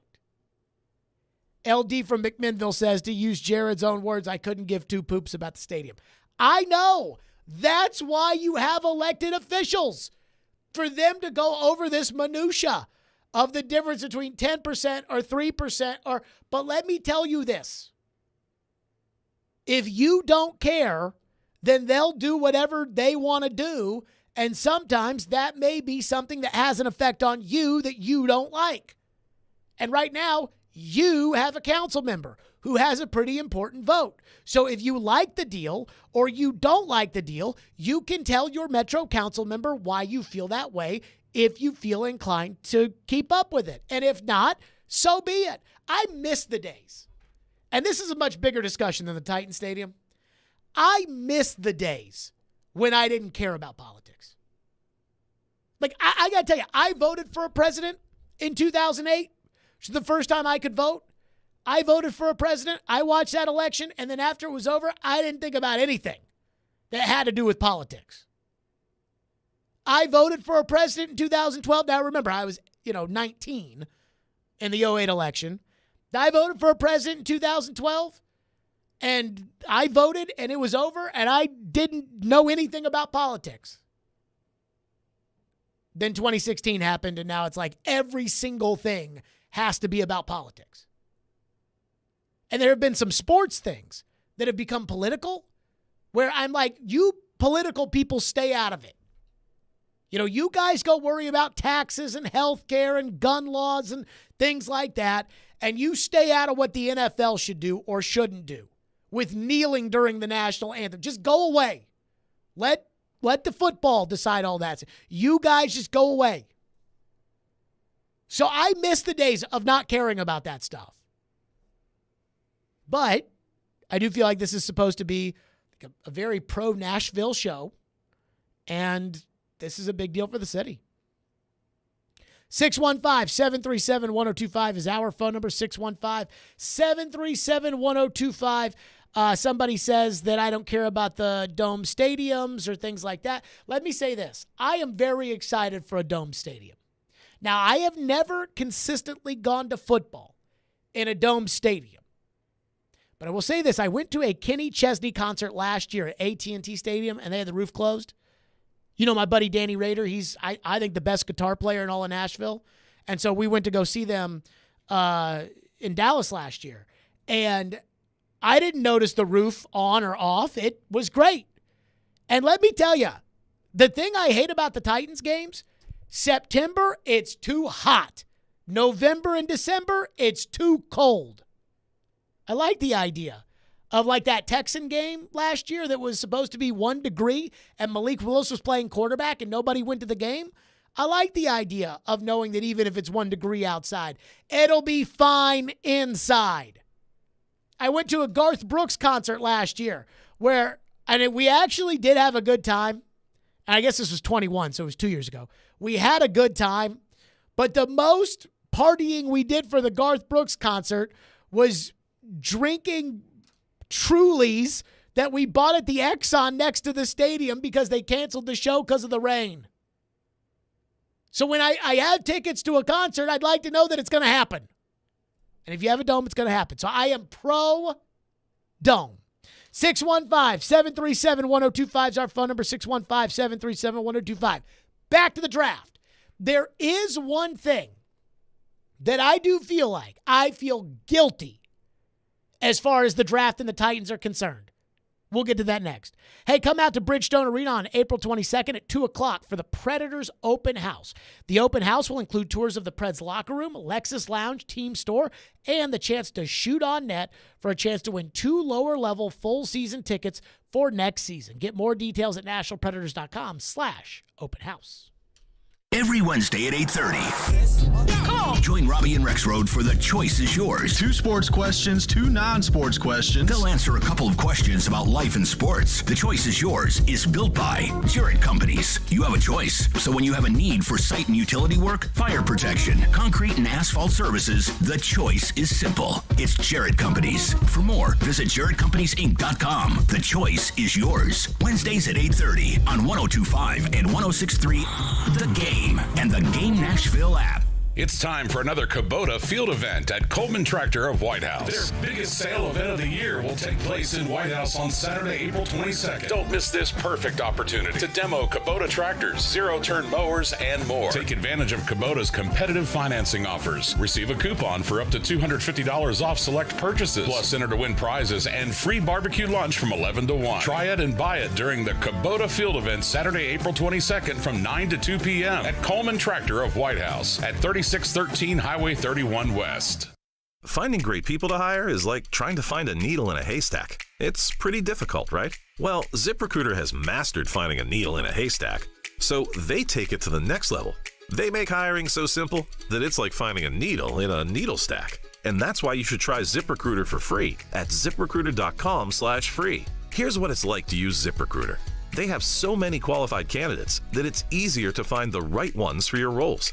In fact, 4 out of 5 employers who post on ZipRecruiter get a quality candidate within the first day. That's a lot of needles. So how do they do it? ZipRecruiter's powerful technology sends you candidates who are a great match for your job, and you can even invite your top choices to apply.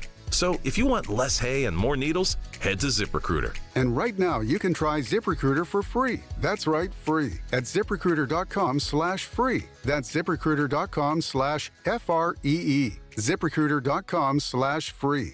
ZipRecruiter, the smartest way to hire. Genesis Diamond's once-a-year spring store-wide sale is here this weekend. 3 days of phenomenal savings across the board. You save up to 35% off Genesis already guaranteed best prices. Rings, earrings, bracelets, bands, and more. Plus special financing. You can even trade in your old jewelry for some amazing new designs from our world-class designers who flew in just for this. Extra savings on GIA-certified diamonds as well as lab-grown diamonds. It's our biggest sale all year. This Friday through Sunday only. And only at Genesis Diamonds and Luxury Pre-Owned Rolexes. Green Hills and Cool Springs. See store for details.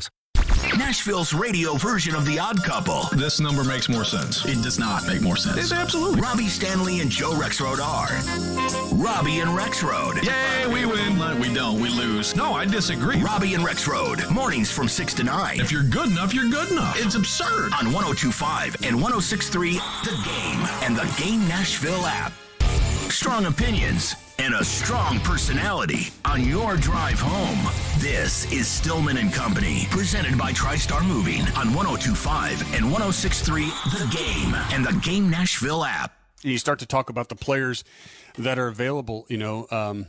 Christian Gonzalez is kind of this year's, Sauce Gardner, type of Derek Stingley. Like, he's the elite corner. I mean, I like Devin Weatherspoon and some of these other guys, but to me, it's like Gonzalez is a lot better than people are talking about. Like, you realize we're not saying his name very often, right?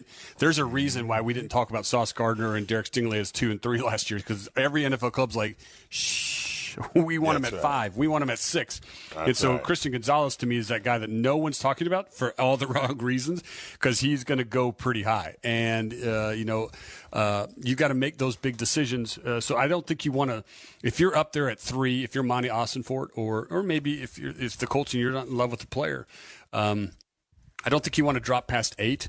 You start to get to 9 and 10. I think you're looking at a little bit different. Now, I love some of those guys that are in the mid-teens that people are talking about that are going to be, I think, a little higher on the board than I think we're currently talking about them. And some of them are, could be top 10.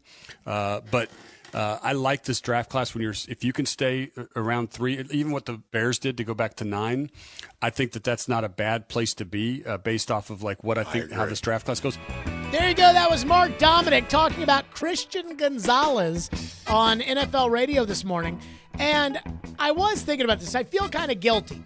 And I look at the bottom of the screen on NFL Network, and every single person who works there now does a mock draft, which I think is freaking ridiculous. It's like, well, here's Peter Schrager's mock draft. Here's Bucky Brooks's mock draft. Here's Daniel Jeremiah's mock draft. Here's Charles Davis's mock draft. You know what? There should be rules on who's allowed to do a mock draft. Because if there are not rules on who's allowed to do a mock draft, it's going to become like brackets in the NCAA tournament. And you know how I feel about that.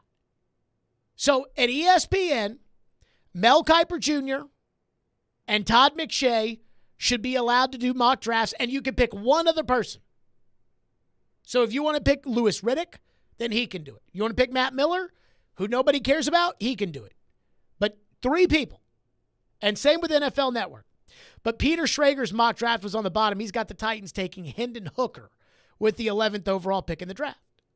And I was just thinking about this as Mark Dominic talks about no one's talking about Christian Gonzalez, but Christian Gonzalez is a really, really good player. And I was thinking about this. Have we spent way too much time talking quarterback with the Titans? Have we not done enough talking and considering the other positions that the Titans may take? I know a lot of people say, oh, no, can't go quarterback, Jared. We need to go wide receiver.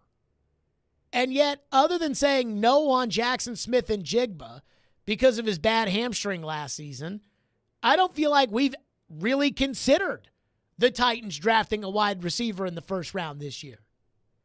Now, I had one former NFL GM tell me, hey, you can listen to the draft gurus say whatever you want about Zay Flowers, but I think Zay Flowers is a pretty good player. He's like, I think Zay Flowers is a first-round draft choice.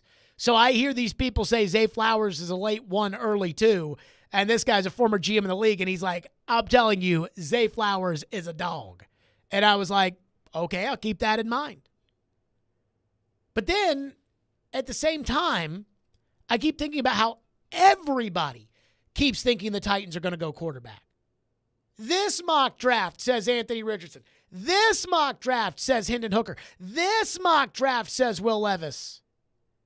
And the one thing that I can't get over, the guys the Titans have brought in for visits. Now, a lot of times, teams will want to use, and you only get 30 of these. Teams will want to use their 30 visits. They'll probably want to use about 25 or 26.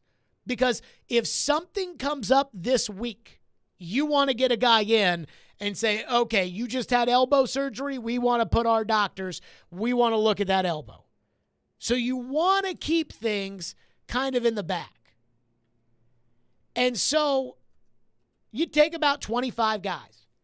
A lot of these guys you bring in are second and third round guys. And then there's a lot of guys you bring in that may be undrafted free agents that are important to you, but you're trying to recruit them like a college because they can sign with anybody after the draft. And when that bidding war starts out, you want that player to feel like, well, I want to go to the Titans because I know Tyrone Williams, the defensive line coach, and I know that he believes that I have a future in the NFL and that I can be there. Now, apparently the Titans did have Zay Flowers on a visit yesterday. But a lot of these guys that the Titans have brought in are not, quote-unquote, first-round grade talents. Now, they did bring in Dalton Kincaid, the tight end. He's a first-round guy. They apparently spent significant time with him. They brought in, according to this list I'm looking at, they brought in Zay Flowers. He sounds like a first-round guy. They brought in Quentin Johnston, TCU, first-round guy, we would assume. And they brought in Broderick Jones, the tackle, out of Georgia, who seems like a first-round guy. and Darnell Wright out of Tennessee, who seems like a first-round guy. But they didn't bring in Peter Skoronski out of Northwestern. They didn't bring in Christian Gonzalez out of Oregon. They didn't bring in Devin Witherspoon, who may be available at pick number 11. They didn't bring in Tyree Wilson. They didn't bring in Will Anderson. They didn't bring in Jalen Carter. So there's a lot of these guys that would be, we would assume, available with the 11th overall pick, and the Titans didn't even bring them in.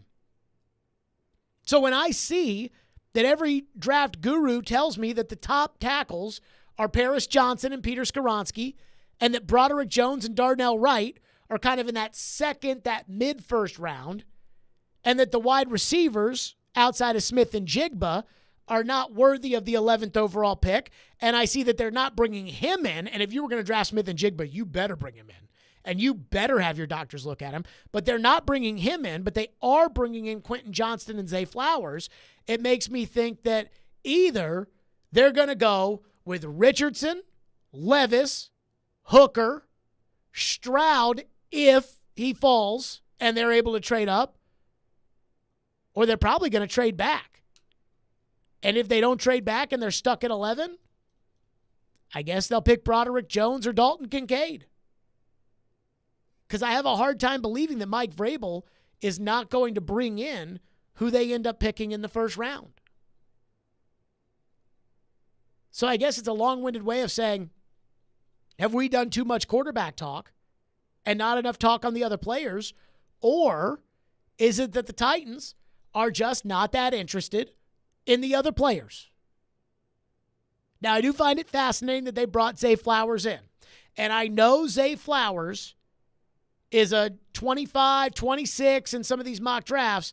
Like I said, a former GM in the NFL told me, the draft gurus can tell you whatever they want about Zay Flowers. He said, when I watch the tape, I think Zay Flowers is a really good first-round player.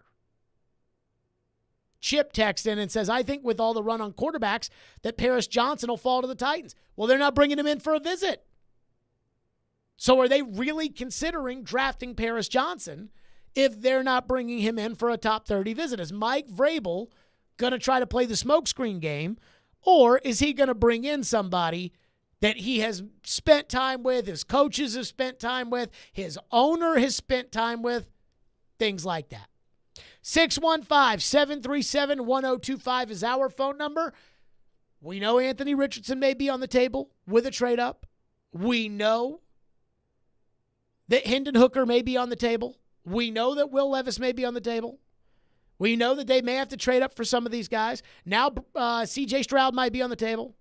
Coming up next, Mel Kiper and Todd McShay have their dueling mock drafts, which means that Mel picks one, Todd picks one, Mel picks one, Todd picks one, which I actually kind of like more than the actual mock draft because they're kind of going at each other with this and they don't know who the other guy's going to pick. Who Mel Kiper and Todd McShay have falling to the Titans at 11. And what I think it means, we'll get to that next. Stillman and Company right here, 102.5, 106.3 The Game. All the big plays. For the win! Yes! Vanderbilt wins it! All the big stories. Quarterback carousel, what the Titans decide to do at the quarterback position. All in one place. We are Nashville's best sports talk. 102.5 and 106.3. 10% chance of making the playoffs. Checker flag is in the team with incredible talent. Every team in the league. The Game and the Game Nashville app. ElectronicExpress.com. We make it happen. Real estate investors, listen up. D&M Development announces the pre-sale of Nashville's only non-owner-occupied short-term rental resort community. The New Cumberland is perfectly located between Germantown and East Nashville, with amazing views of the city and the Cumberland River. The New Cumberland is a resort-style community featuring community pools, spacious kitchens, 4 bedrooms, and 4 baths. D&M Development is releasing 16 units in their Phase 1. Available now. Go to thenewcumberland.com for information. That's thenewcumberland.com. Men, this is Evan Bass with the Tennessee Men's Clinic, and I've been helping men with sexual health issues for many years. I've seen the pain and anxiety that men walk into the clinic with when erectile dysfunction is affecting them. and I also know the heartache and difficulty it can bring to their partner. At the Tennessee Men's Clinic, we've been successfully treating men for ED for many years now. We've seen the amazing impacts that those treatments have on a man's confidence and positivity. And we've seen the wonderful things those treatments also do for a man's relationship. That's why I'm pleased to announce that we are now offering the same great services we offer at our Nashville clinic at our new location in Franklin, which will make it much more convenient for those men living south of Nashville to get treated. So call us today and book your appointment at our Midtown location or at our new clinic in Cool Springs. Your first visit is only $99 and includes blood work and a medical consult. Call 615-208-9090. That's 615-208-9090 or go to TennesseeMen'sClinic.com. Visit our website to learn more, including side effects. Treatment sex start results vary. Now, your Game Center update. The NFL draft silly season is starting to ramp up. The latest info from ESPN's Adam Schefter involves the Houston Texans with the second overall pick. It's been assumed Houston will take quarterback. Here's Schefter on the latest. What if the run on quarterbacks gets a little bit delayed? What if it's a little bit later to start than people thought? We've been hearing about quarterbacks going 1, 2, 3, 4. That's not going to happen, I don't believe, in this draft. NFL teams continue to make moves. According to reports, the Pittsburgh Steelers are finalizing a trade with the LA Rams for wide receiver Allen Robinson. And Buffalo Bills general manager Brandon Beane announced today that safety Damar Hamlin has been medically cleared for football activities. The Stanley Cup playoffs began with some excitement last night with the Minnesota Wild and LA Kings both winning their games in overtime. The remaining 4 series will begin tonight. The Nashville Sounds are back in action tonight, taking on Jacksonville. Coverage begins at 5:50 on your home of the Sounds, 94.9 The Fan. I'm Ian Safar for 102.5 and 106.3 The Game. For more, follow us on Twitter at 1025 The Game or visit thegamenashville.com. Live from the Hiller Plumbing, Heating, Cooling, and Electrical Studios. WPRT-FM Pegram, WPUC HD2 Laverne. Broadcasting on Alexa. I appreciate that. And other smart speakers. 1025 and 1063. 1, 2, 3. I think it was a good game. Had a couple of big plays. The Game. A Cromwell Media Station. Where you have a voice. He had a competent coaching staff. You just play terrible and you keep playing. And we have strong opinions. What a whiny freaking crybaby response. This is Stillman and Company with Jared Stillman. Presented by TriStar Moving on Nashville's best sports talk, 1025 and 1063 The Game and the Game Nashville app. Stillman & Company is delivered by TriStar Moving, 1025, 1063 The Game, streaming live on Twitter, Twitch, YouTube, and Facebook Live. Thanks to Superbook Sports, live from the Hiller Plumbing, Heating, Cooling, and Electrical Studios. Trevor Maddich in 30 minutes. His thoughts on all the latest news, drama, and gossip surrounding the NFL draft. What's real, what's fake. We'll get Trevor's thoughts on that here in 30 minutes. So Mel Kiper and Todd McShay do their dueling mock drafts. And so what this is I actually think this is kind of creative, even though I think it's kind of a gimmick at the same time. But what they do is they have a dueling mock draft where Mel goes first, Todd goes second. So it's not Todd's mock draft and it's not Mel's mock draft, but they kind of go one versus the other, then the other. So, for instance, Mel takes Bryce Young at 1, and Todd McShay takes C.J. Stroud at 2, even though all the gossip says that C.J. Stroud is not going to go at number 2, that the Texans are not going to go quarterback. Todd McShay writes, I really wouldn't be surprised if Houston jumps at the chance to draft a dominant defender like Will Anderson Jr., but I'm making the pick here, and there's no way I'm passing up one of the top 2 quarterbacks in the class with that glaring need. Stroud is extremely accurate and would give the Texans offense a franchise passer to build around. So he's basically saying, all the word on the street is that C.J. Stroud's going to not be picked at number 2, but I wouldn't do that. Mel goes Will Anderson 3 to Arizona. Todd goes Anthony Richardson at 4 to the Colts. Then at 11, Mel Kiper Jr. has Will Levis out of Kentucky. And you know Mel loves Will Levis. He has Will Levis falling to the Titans with the 11th overall pick. Kiper writes, quote, thanks for not taking my guy, Todd, and leaving him here for me. The Titans could get one of the steals of the draft. Levis is a little bit of a gunslinger, but he hasn't come close to his ceiling. He is my second-ranked passer in this class. With the right infrastructure around him, he is going to thrive. Tennessee has playmakers to help him. Now it needs an offensive lineman or two on day 2. That comes from Mel Kiper Jr. So all this talk that we've had about trading up to 3 and drafting Anthony Richardson, if you trade up from 11 to 3, at a minimum, it will cost you the 11th pick, the 41st pick, your first next year, and your third next year, and that is at a minimum. But a lot of these mock drafts we're looking at now tell us that there will be a quarterback there with the 11th pick, which means one of the discussions that has to be had within the Titans building is how much more do we like C.J. Stroud than we like Anthony Richardson, for instance? Because if we think we can trade up to 3 and draft C.J. Stroud, are we willing to pull the trigger when it comes to picks that we wouldn't be willing to trade up when it comes to Anthony Richardson? That's the first thing. The second thing would be, how much more do we like Anthony Richardson than we like Will Levis? And the truth is, they could like Will Levis more than they like either C.J. Stroud or Anthony Richardson. But if you like Will Levis that much at 11, do you think that the Colts are going to pass on Will Levis with that pick? And that the Seahawks are going to pass on Will Levis with that pick?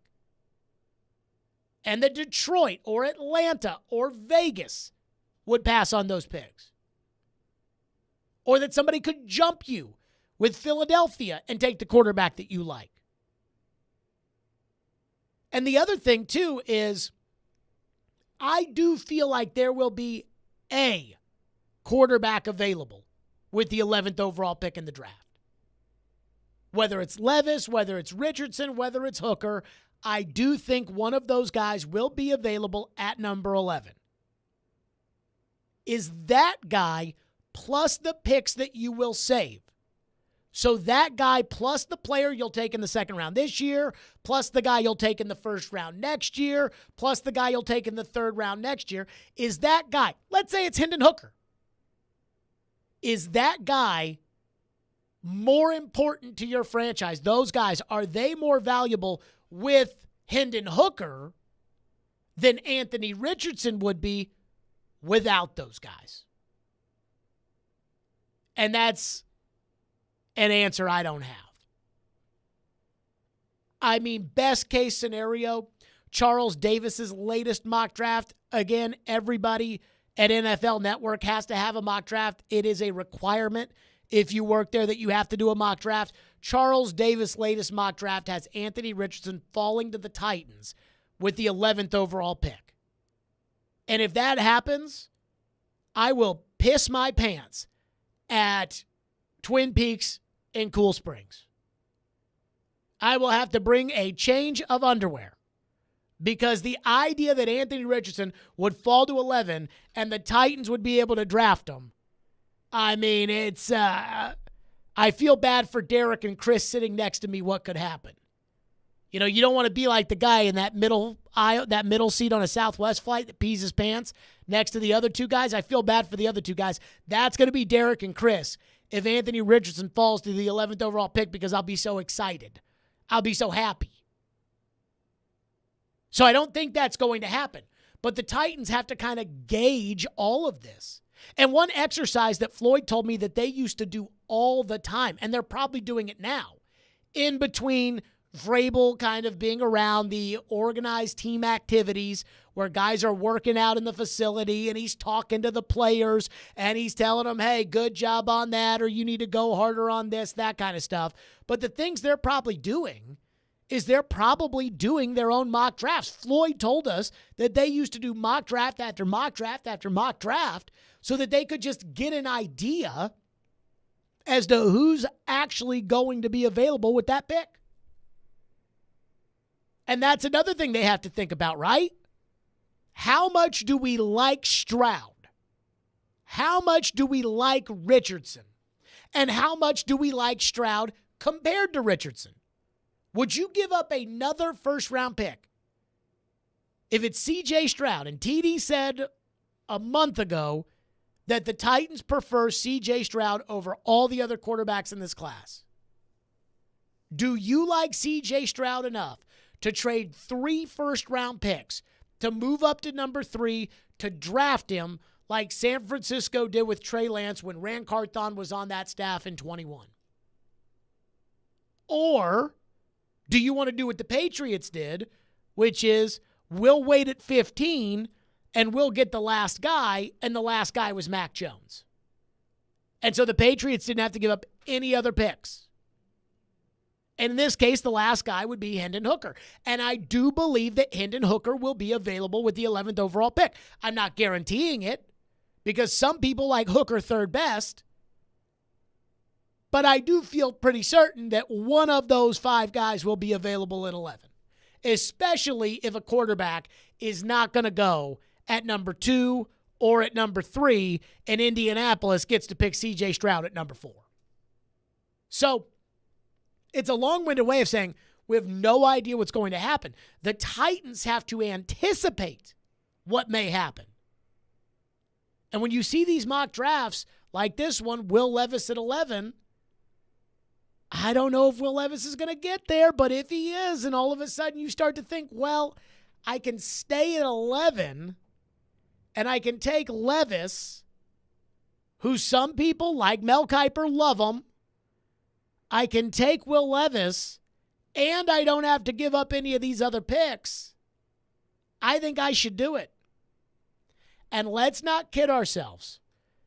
Every year we get this idea in our head about this guy's the first best quarterback, this guy's the second best quarterback, this guy's the third best quarterback, and guess what? Jalen Hurts went in the second round, and he just signed for $250 million.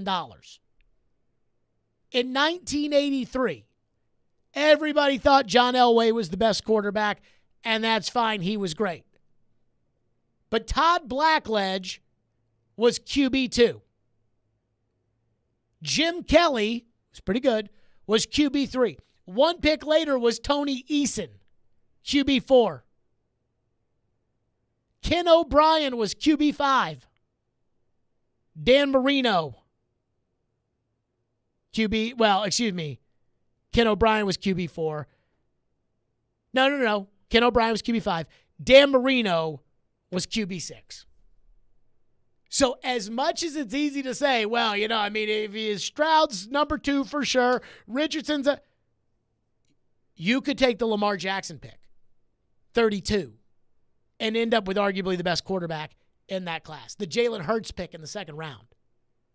Tua was the second quarterback taken in the 2020 draft. And right now, we'd rank Joe Burrow ahead of Tua. We'd rank Justin Herbert ahead of Tua. We'd rank Jalen Hurts ahead of Tua. And we'll see how Jordan Love plays. And maybe he'll end up ranking ahead of Tua. So it's all about who you like. And then it's all about what are you willing to pay in order to go up and get that guy? Or are you too protective of the price to get that guy that you're willing to risk that guy to somebody else? 615-737-1025 is the phone number, 615-737-1025. We will get into your phones on this. Again, Trevor later this hour.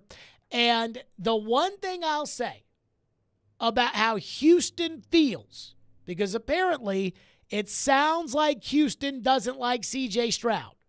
We'll get to that next. Stillman and Company right here on 102.5, 106.3 The Game. Hey, be sure to join Robby Stanley. That's right. Coming up, it's going to be very exciting.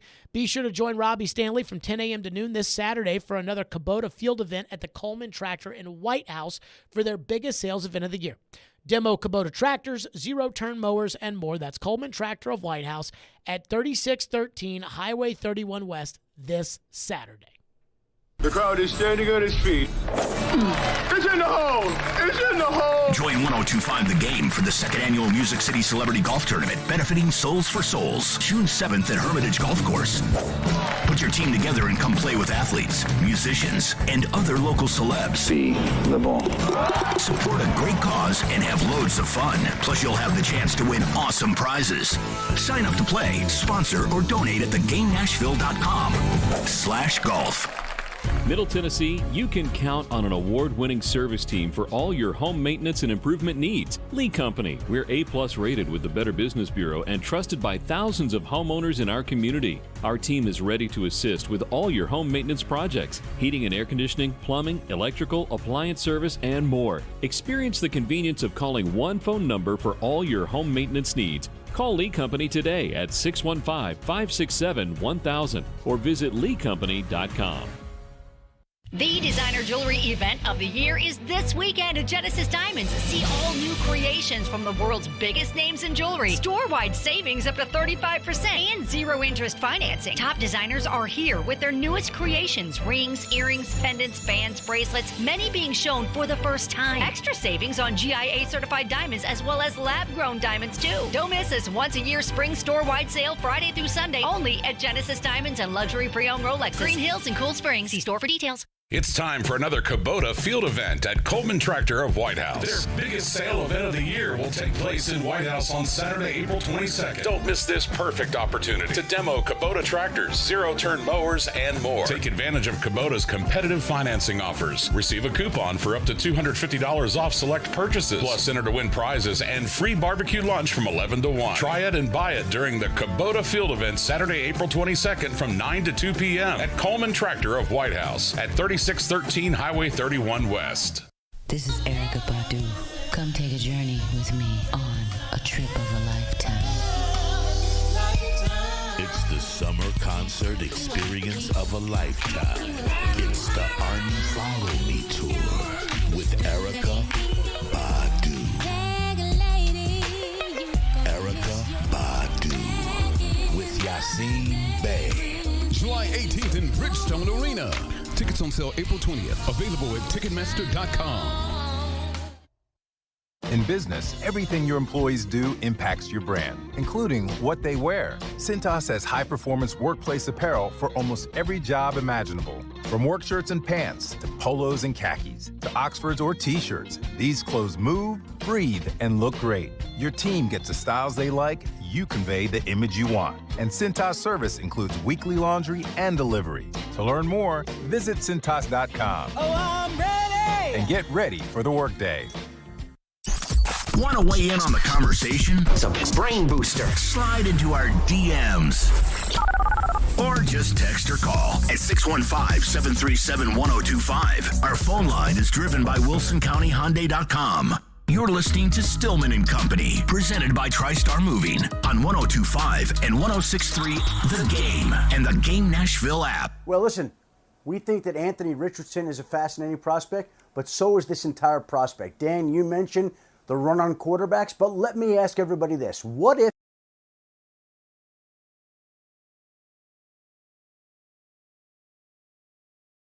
people thought? We've been hearing about quarterbacks going 1, 2, 3, 4. That's not going to happen, I don't believe, in this draft. And what would happen if and when we've seen Carolina make the move up right away for a quarterback at 1, but we haven't seen anybody trade up to 2 when Houston's open to listening.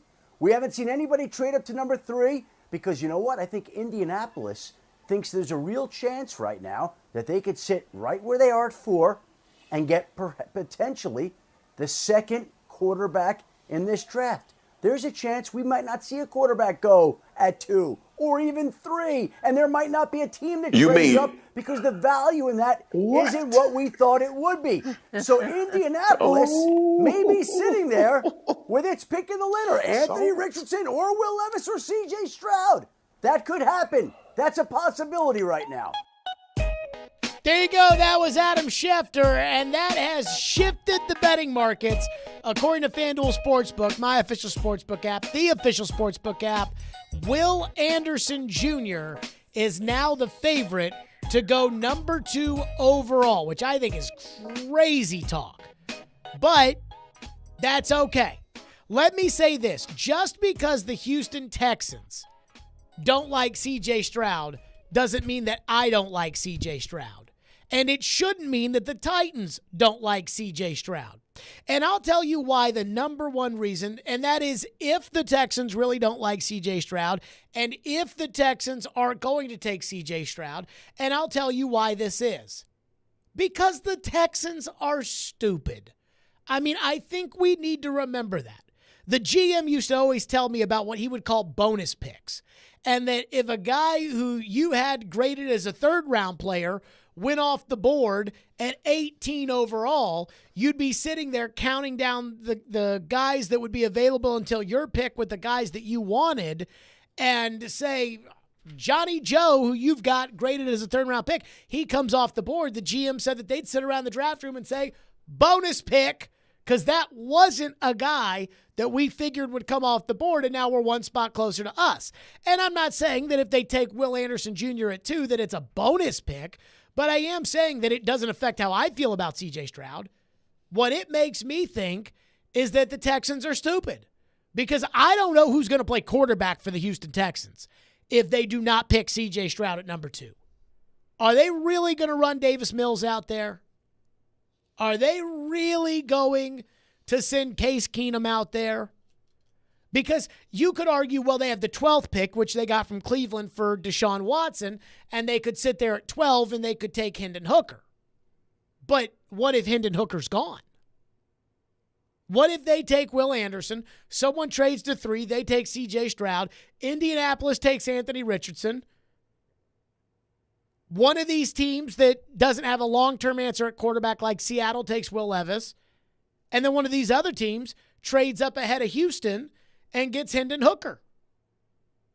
Minnesota, whatever it may be. Now, if you're Houston, what you have to do is once that other guy goes off the board, we didn't even talk about Atlanta or the Raiders who could use quarterbacks, but at that point in time, now you're Houston, now you've got to pick up the phone and you've got to call Atlanta at 8, and you've got to give them whatever because Will Levis goes off the board at 7 to the Raiders. Now you've got to give Atlanta whatever they'll take in order to move from 12 to 8. You may have to deal a first-round pick next year. So I'm not convinced that they're not going to take C.J. Stroud because I don't know who's going to play quarterback for the Texans next year if that's what they do. But if that's the case and they don't take C.J. Stroud, that doesn't mean that if the Titans' evaluations say C.J. Stroud is the man, that you shouldn't like C.J. Stroud. And the number one reason for that is because Houston is stupid.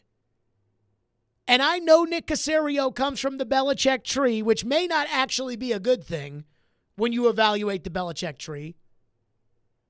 But I just know some of the people in New England, they weren't totally sold on Caserio.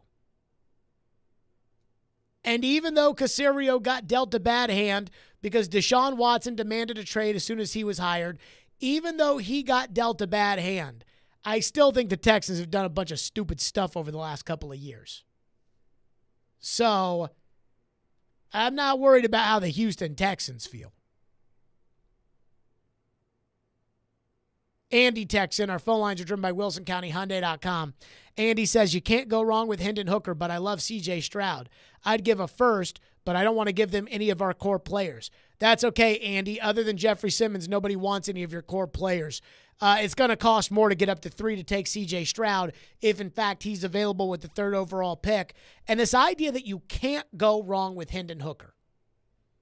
You guys do know there is a chance that Hendon Hooker is a bust. And I would agree that it is far less likely that Hendon Hooker will be a bust than, say, Anthony Richardson. But it is not impossible that Hendon Hooker is going to be a sure thing. He's older, he's coming off the knee injury, and he played in a college gimmick system. When you spread the receivers outside the numbers, the way Tennessee spread the receivers outside the numbers, you don't have to read the defense. You know it's going to be man coverage across the board, and you can pick whichever guy you want. And I'm not saying I don't believe in Hooker, because I do. At worst, I think he's going to be Teddy Bridgewater at worst. And Bridgewater was a solid starting quarterback in the NFL until he got hurt. But don't act like it's for sure a sure thing at 11. You take him and you've got a franchise quarterback, no questions asked. Taylor says, if you, Jared Stillman, had the option to draft C.J. Stroud or Anthony Richardson, who would you pick and why? Curious to know your thoughts. The answer for me, and I don't know either guy, and, if the Titans think C.J. Stroud's a great guy, and if the Titans think that Anthony Richardson is a bad guy, that'll make a difference. But if it were up to me, I would draft C.J. Stroud. Because while I love the raw talent of Anthony Richardson, and I do, I love it, C.J. Stroud is much more of a sure thing. And because he's much more of a sure thing, and at this point in his career, he is exemplary in more areas than Richardson, I would take Stroud. Now, that doesn't mean that Stroud's going to be the better player, because I love the talent. But I do think Stroud's, at this point, a far better player than Anthony Richardson, and I'd have to take that. Texter says, Mel Kiper says Levis would be a good fit for the Titans because they have weapons. What weapons? Oh, do you mean one weapon? Right now, they have Derrick Henry. The other two, Okonkwo and Burks, we'll see. We'll see if Chig Okonkwo is going to develop into the tight end that I think they're anticipating he will. We'll see that next season. Same with Burks. Burks is your number one receiver, but I'm not ready to sit here and say that Treylon Burks is a number one receiver. Tom says, please use the Tennessee Volunteers hillbilly voice. Should I? No, we can make an exception, maybe. I don't know why they talk about all these receivers. Talk about Hendon Hooker be there with that pick. I don't know why they wouldn't take Hendon Hooker. The way he throw that ball, man, I thought about that game in Alabama, he throw that ball, man, I'll tell you what. Jared, we need to draft Hendon Hooker. There you go. 615-737-1025. Who wants to win some tickets? Because now's your chance. Trevor will join us next. Do you think Trevor's buying this? That the Texans aren't going to go quarterback? Be caller 5 right now, and you will win a pair of tickets to see Culture Club at Ascend Amphitheater on July 20th. Good luck there. Trevor Maddich is next. Stillman and Company, 102.5, 106.3 The Game. Hey, this is Roman Yossi, and this is Smashville. Going to the front of the net, he scores. What a gorgeous move. Roman Yossi. You're listening to the flagship of the Nashville Predators radio network, ESPN 102.5 The Game. Willie Donick here for Pella Windows and Doors of Nashville. The official 2022 stats are in, and the Pella brand is rated number 1 by Nashville homeowners for windows and doors. One reason, Nashville homeowners selected Pella Windows number 1 for the highest quality craftsmanship. Another key stat, Pella Windows and Doors of Nashville is also rated number 1 for the brand that stands behind their product. If you need new doors or windows, the choice is clear. Choose the experts at Pella Windows and Doors of Nashville. Go to PellaofNashville.com. Hey, it's Jared for Hiller. Sometimes replacing equipment in your home can be overlooked until something breaks. But there's actually big problems that can come from outdated, old vintage HVAC systems. Older systems require more maintenance and results in higher utility bills. This month during Hiller's Vintage Showdown, they're giving away a free HVAC system to the owner of the oldest unit. It's easy to enter. Just go online to happyhiller.com and submit a picture of your old unit. Everybody wins with a trade-in credit and 0% interest financing for up to 48 months on replacement. That's Hiller Plumbing, Heating, Cooling, and Electrical. Call the Happy Face Truck today.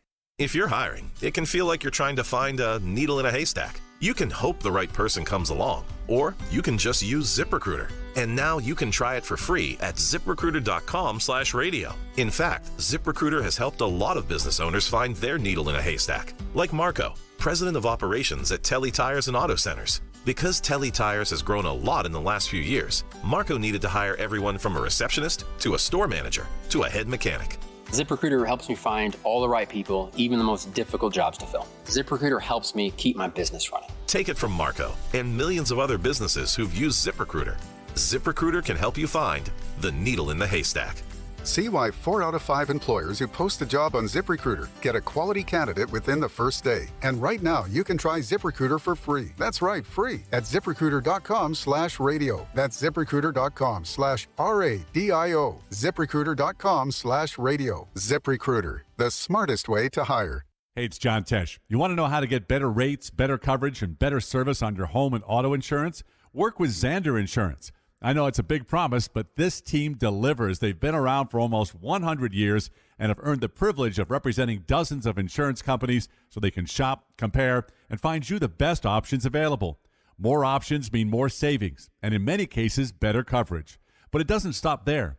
Each year, they review your coverage to make sure your rates stay competitive. Nobody else does that.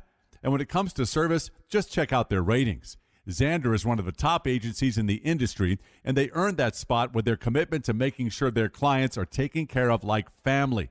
That's what sets them apart. Go to Zander.com for quick online quotes or call 800-356-1780 for that personal touch that you've been missing. 102.5 and 106.3, The Game is live and local. And now, let's meet the starting lineups. Robbie and Rex Road 6 to 9. You are talking about a team that's building a roster. Chase and Michelle 9 to 11. He's still under contract. It's not always X's and O's. Caroline, Willie, and D Mace 11 to 2. Trades, free agents. Let's get it going. I think this is a good hire. And Stillman and Company 2 to 6. I can give you one of the best coaches in the league. And don't forget, we're your home for all things Nashville. He scored! Nashville's best sports talk. 102.5 and 106.3, The Game. Hey, this is Roman Yossi. You're listening to Nashville's best sports talk, ESPN 102.5 The Game. I think our job and responsibility is to listen, not rule anything out. And I think whatever the end result is come Thursday, we'll be prepared to go either way. So if you want to quote me, are we open for business? I'd say we're open to listening. There you go. That was Nick Caserio, the general manager of the Houston Texans, saying we're open to listening. What does that mean? And there's a lot of chatter led by Adam Schefter, who says he believes C.J. Stroud will not go with the second overall pick. According to FanDuel, Will Anderson now has the best odds for the second overall pick in next week's draft. Trevor Maddich joins us, ESPN college football analyst, presented by Houston Clinic Orthopedics. When experience matters. Trev, do you buy the C.J. Stroud slide? No, I don't buy it unless the interview process went against him. On the field, C.J. Stroud is phenomenal. I mean, he's accurate. He has prolific success for 2 years. He's well coached. He had his best game of his life so far against Georgia in the playoff game, where he brought them back and they were kicking a field goal to win the game at the end because of some phenomenal plays that he made. And so on the field, there's no way to question him. The only thing people say is, well, gee, he doesn't attack the defense with his legs as much as we think he should. Well, okay, but he's mobile enough to be able to do it if he needs to. Mm-hmm. It's the interview process that might be the question. And this is the only thing I question about him. It's not that I think that this is true, what I'm about to say, but to say that I just don't know it. Because whenever I look at his face, he looks like he's bored to tears and maybe about to burst into tears. Always. It could be on the sideline, before the game. It could be right before a critical fourth down play. He always looks like he's so bored. Now, that could mean that he's just incredibly calm. It could also mean that he's lacking a certain fire. I don't know what the answer to that is. But if C.J. Stroud slides, it will be nothing to do with what he can do on the field and everything to do with how he did in the interview process. Mm-hmm.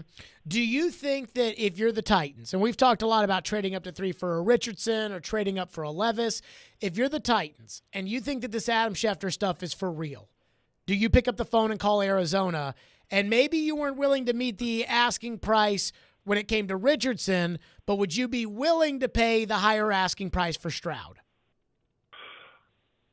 If I'm the Titans, yes. The reason is that I think Stroud's going to be a very good quarterback in this league. Should he be picked in the top 3? I mean, I don't know. I mean, my opinion about quarterbacks in general in the first half of the first round. But I think he and Bryce Young are the two guys that are the best risks for that.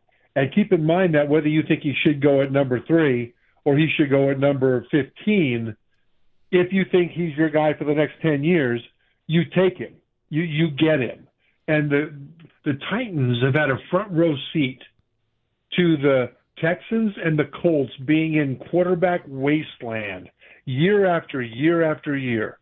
And I'm sure the Titans are thinking, okay, we know we've got one more year out of Ryan Tannehill. We need to get our guy for the future locked into that number 2 spot and ready to go while Tannehill's still here so that we don't have to throw him to the wolves like they did with Malik Willis this year because of injury to Tannehill.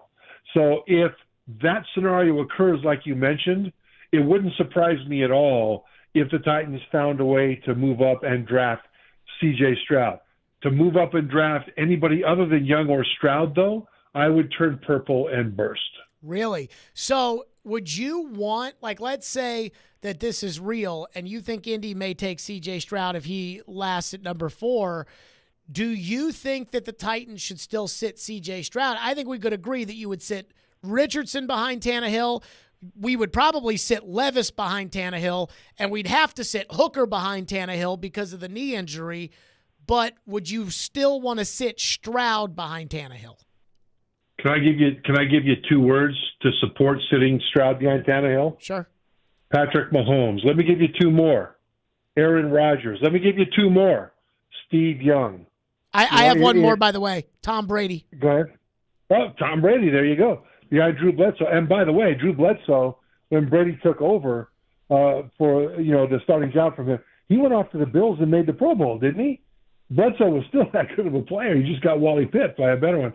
But I think that from a standpoint of sitting him for a year, people say that you have to play a quarterback. And I get it that NFL schemes have made it easier for rookie quarterbacks to come in and not be completely lost because they have more college concepts that they're incorporating, and especially in the Titans scheme because there's so much handoff, play action, right, and rinse and repeat. And so I think that makes it easier for a young quarterback to settle in as long as the offensive line is okay. But you still don't need to start him from the beginning because then if he struggles early, you got to sit him down or you got to leave him out there to struggle. Either way, you're going to hurt his confidence. If you were to start Tannehill, and if under this scenario C.J. Stroud is now here as a drafted rookie, then you can have packages where you can put Stroud in, see how he does, give him a series here and there, and the more he improves, the longer those packages become, and eventually, maybe game 3, game 4, he becomes the starter. But I don't have any problem at all sitting a young quarterback, and I think that the idea that you have to play him in order for them to have the best chance of improving in their rookie year, I think is a little short-sighted. So Trevor Maddich is our guest, presented by Houston Clinic Orthopedics. I asked Rick Spielman, the old general manager of the Vikings, how Anthony Richardson compares physically to Patrick Mahomes or Josh Allen, and he said that Richardson has more natural talent, more God-given ability than Mahomes or Allen, but that Mahomes and Allen had the mental side of the game to fix those holes when they got into the NFL. I ask this because when it comes to C.J. Stroud's natural talent, where would you say that lies? I would say that the natural talent of Patrick Mahomes is better than C.J. Stroud. I think you can compare, even though they're kind of different quarterbacks, you could compare him to Josh Allen. Although Josh Allen, to me, Buffalo's starting quarterback, even though he's won a bunch of individual awards and been an all-star and all the rest of it, what has he done in the playoffs, Jared? Sure. I mean, that Buffalo team has been one of the most talented in the league, and they get to the critical games, and sometimes Josh Allen disappears, right? But about Allen is that at Wyoming, his second to last year, his junior year, I guess it would have been, all he wanted to do was throw the ball deep, and he was good at it, man. He would just hit guys deep down the field left and right, but he had no underneath game. I mean, his arm was so strong, he'd throw the ball right through the chest of receivers. There was no touch at all and no timing at all. He just wanted to throw that deep ball. So he came back for his senior year instead of going to the draft a year early, and he worked on that part of his game, and he improved it. He became a high draft pick, and he's won a lot of individual awards. But Josh Allen, to me, the jury is still out because I don't think he has maximized the talent that is around him with consistent play at a high level. So, you talk about the natural ability. Yeah, I'd say C.J. Stroud isn't a fair comparison to Josh Allen. But, Josh Allen so far, he's not a lock yet, in my opinion. Trevor Maddich is with us. Why do you think the Texans don't like Stroud? I don't know. I don't know. And who knows what's true, right? Sure. Especially maybe this time they of the love year. him and they're just trying to, and who knows. But if they don't like Stroud, they shouldn't take him. And this is an interesting thing because we all know that the Texans are desperate for a quarterback, just flat desperate. They tried to get it with Deshaun Watson out of Clemson, and, of course, he had his off-field problems, and he's now a Cleveland Brown, and which meant that their 10-year quarterback the Texans thought that they drafted is now not even in the building. And so if they don't think that Stroud is that guy, then they can't draft him. They can't. They have to wait another year in quarterback purgatory, and they have plenty of holes anyway to try to fill. But it would be a big mistake to take a quarterback that, for whatever reason, and in this case with Stroud, like we talked about, would most likely be something in the interview process. It would be just horrible. Look at what the Cardinals did by re-signing Kyler Murray, quarterback, to a long-term extension, and they had to put a rider in that extension that's saying that he had to study at home at least like 45 minutes a day or 45 minutes a week, whatever it was. And that got out. And everybody said, well, what in the world? Well, what was your thought? You tell me. What did you think when you found out that there was a rider in Kyler Murray's contract extension that required him to study a little bit at home? Maybe think he was lazy and that he's not a franchise quarterback. Yeah, on the field, nothing wrong with Kyler Murray.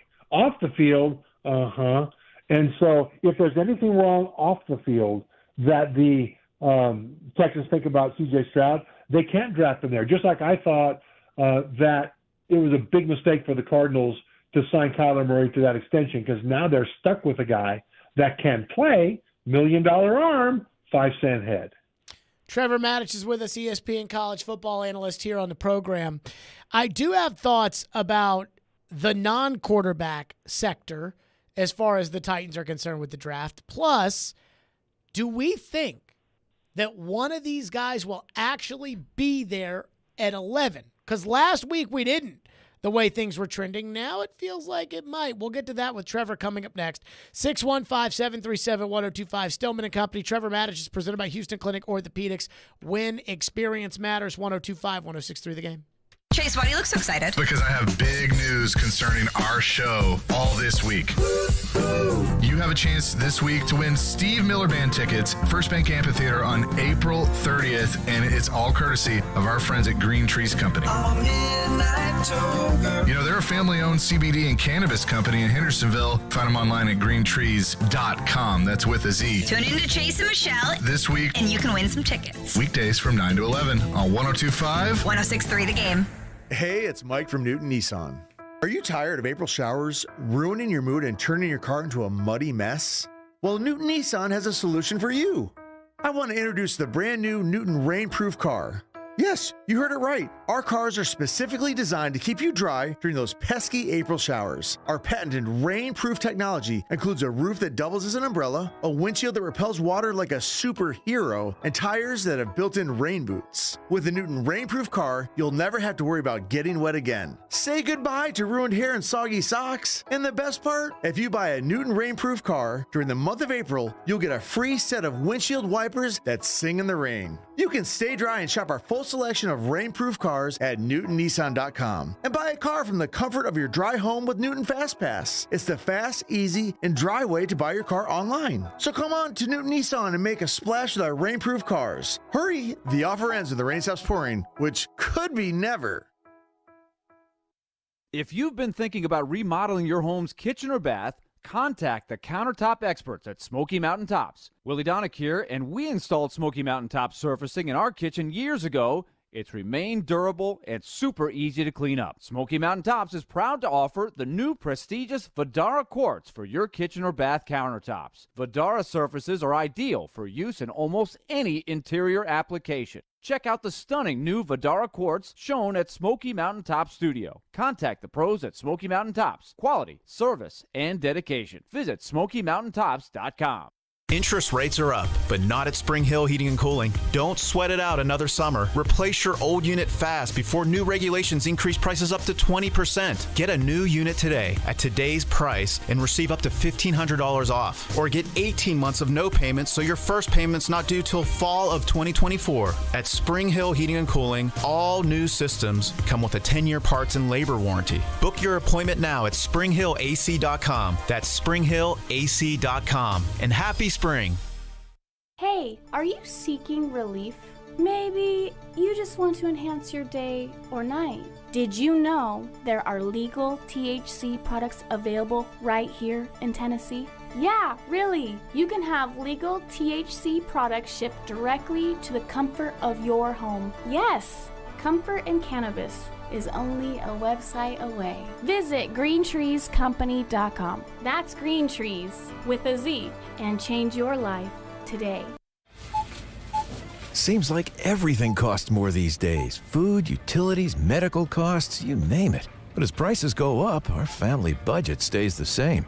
Fortunately, with Farm Bureau Health Plan's Core Choice coverage, we can save $3,600 a year compared to the leading competitor. And we've got better coverage with a lower premium, lower deductible, free telehealth visits, and access to one of the largest networks available. Start saving today at fbhp.com or visit your local Farm Bureau office.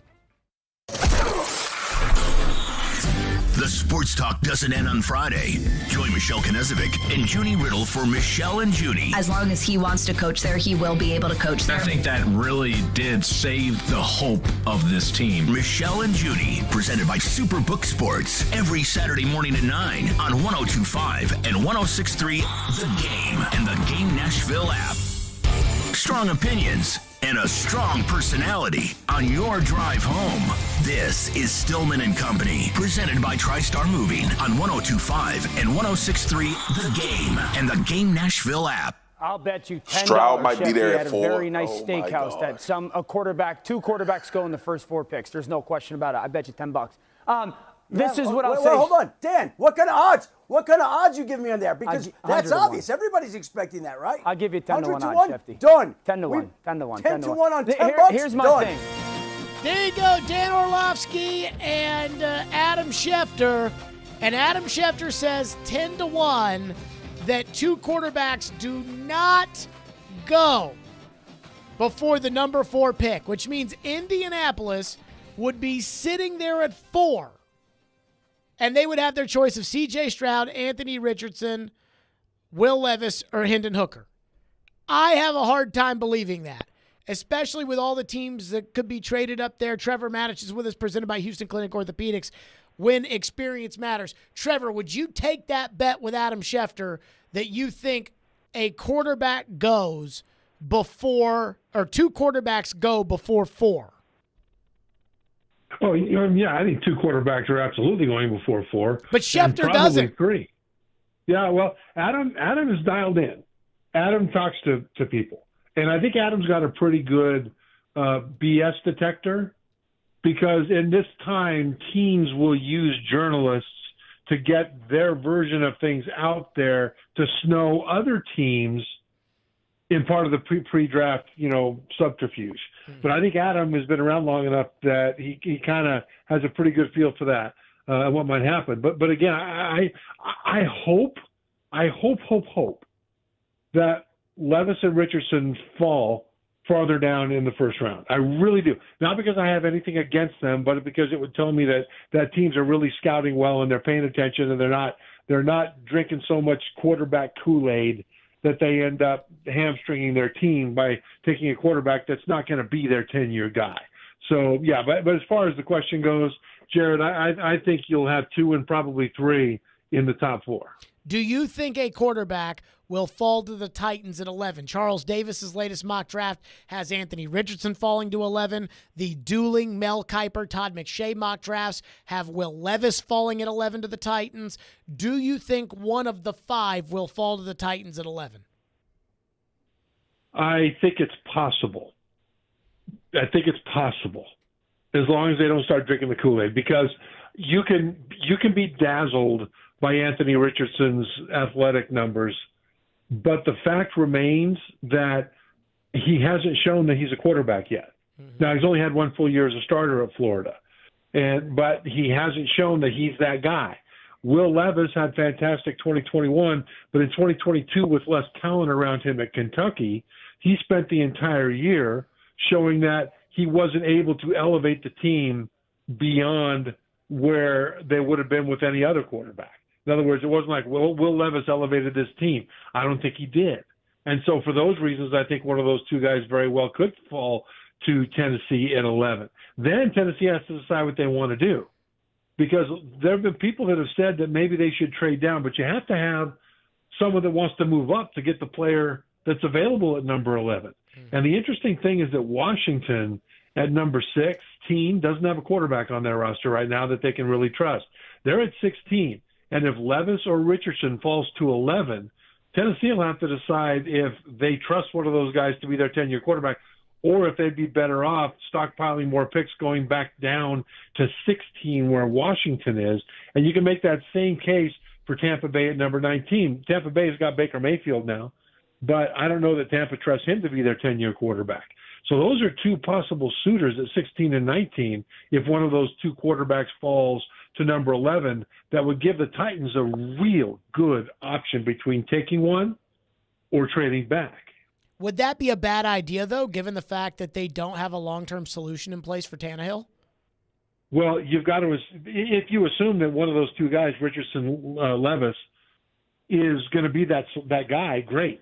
But I don't think you roll the dice on a quarterback that high. I just don't think you do. I think that if you are confident that you can coach one of those 2 guys up to be that replacement, then you have to take it. Mm-hmm. But if you're wondering if you can, I think you're better off taking an impact position player or trading back and stockpiling picks, because that's the big thing. The concept from 30,000 feet, when you take personalities and individuals out of it, makes perfect sense for the Titans to take a quarterback there at number 11 if one's available that they like, because they don't want to be where the Colts and Texans have been for years without a quarterback that they can rely on. And the Titans don't want to go there. They don't want to end up there. But who that guy is what the big question has to be. Trevor Madish is our guest, presented by Houston Clinic Orthopedics, when experience matters. Here are the players that everybody considers first-round picks, or some consider first-round picks, that the Titans have brought in. And you tell me what you make of this with the 11th overall pick. They brought in Quentin Johnston out of TCU, the receiver. Zay Flowers, the receiver out of Boston College. They brought in Broderick Jones, the tackle out of Georgia. Darnell Wright, the right tackle out of Tennessee. Emmanuel Forbes, the corner out of Mississippi State. And they brought in Will Levis, Hendon Hooker, and Anthony Richardson. So no C.J. Stroud. Didn't bring him in for a visit. No Paris Johnson. No Peter Skoronski. No Christian Gonzalez or Devin Weatherspoon. What do we make about the fact that it doesn't look like they're bringing the top guys in the draft in for visits when they're picking at 11? Well, I think that when you talk about guys that are not quarterbacks, it's interesting that they brought in Wright. Is it Darnell Wright? Darnell Wright. Out of Tennessee? Yeah, Darnell Wright. Yeah, it's basically. He's intriguing because in 2021 he played 2020 he played left tackle. Then he moved to right tackle in 2021. Or the other way around. Yeah, other way around. And then last year he moved back to right tackle. So he just bounced back and forth. He was first team All-SEC as a right tackle at Tennessee. And the thing about him, though, is that he's a little limited physically. He doesn't have a whole lot of pop necessarily, but he is strong, and he can give you depth at both tackles as a swing tackle, and I think he could move inside and play guard or maybe even center, but certainly guard for you. So there's a lot of position versatility. But at 11? That's what I think makes him – well, 11's high for that. Do any of those guys, outside of the quarterbacks, take the quarterbacks out of this, do any of these guys say 11 to you? Quentin Johnston, Zay Flowers, Broderick Jones, Darnell Wright, Emmanuel Forbes. Yeah, the only one that does is Broderick Jones, tackle out of Georgia. You know, he's got 1 full year as a starter there, and he's got the ability to play left tackle at a very, very high level. I don't know that they would kick him inside, and they already brought in a free agent guy to play left tackle for him, who should be okay, former first-round draft choice.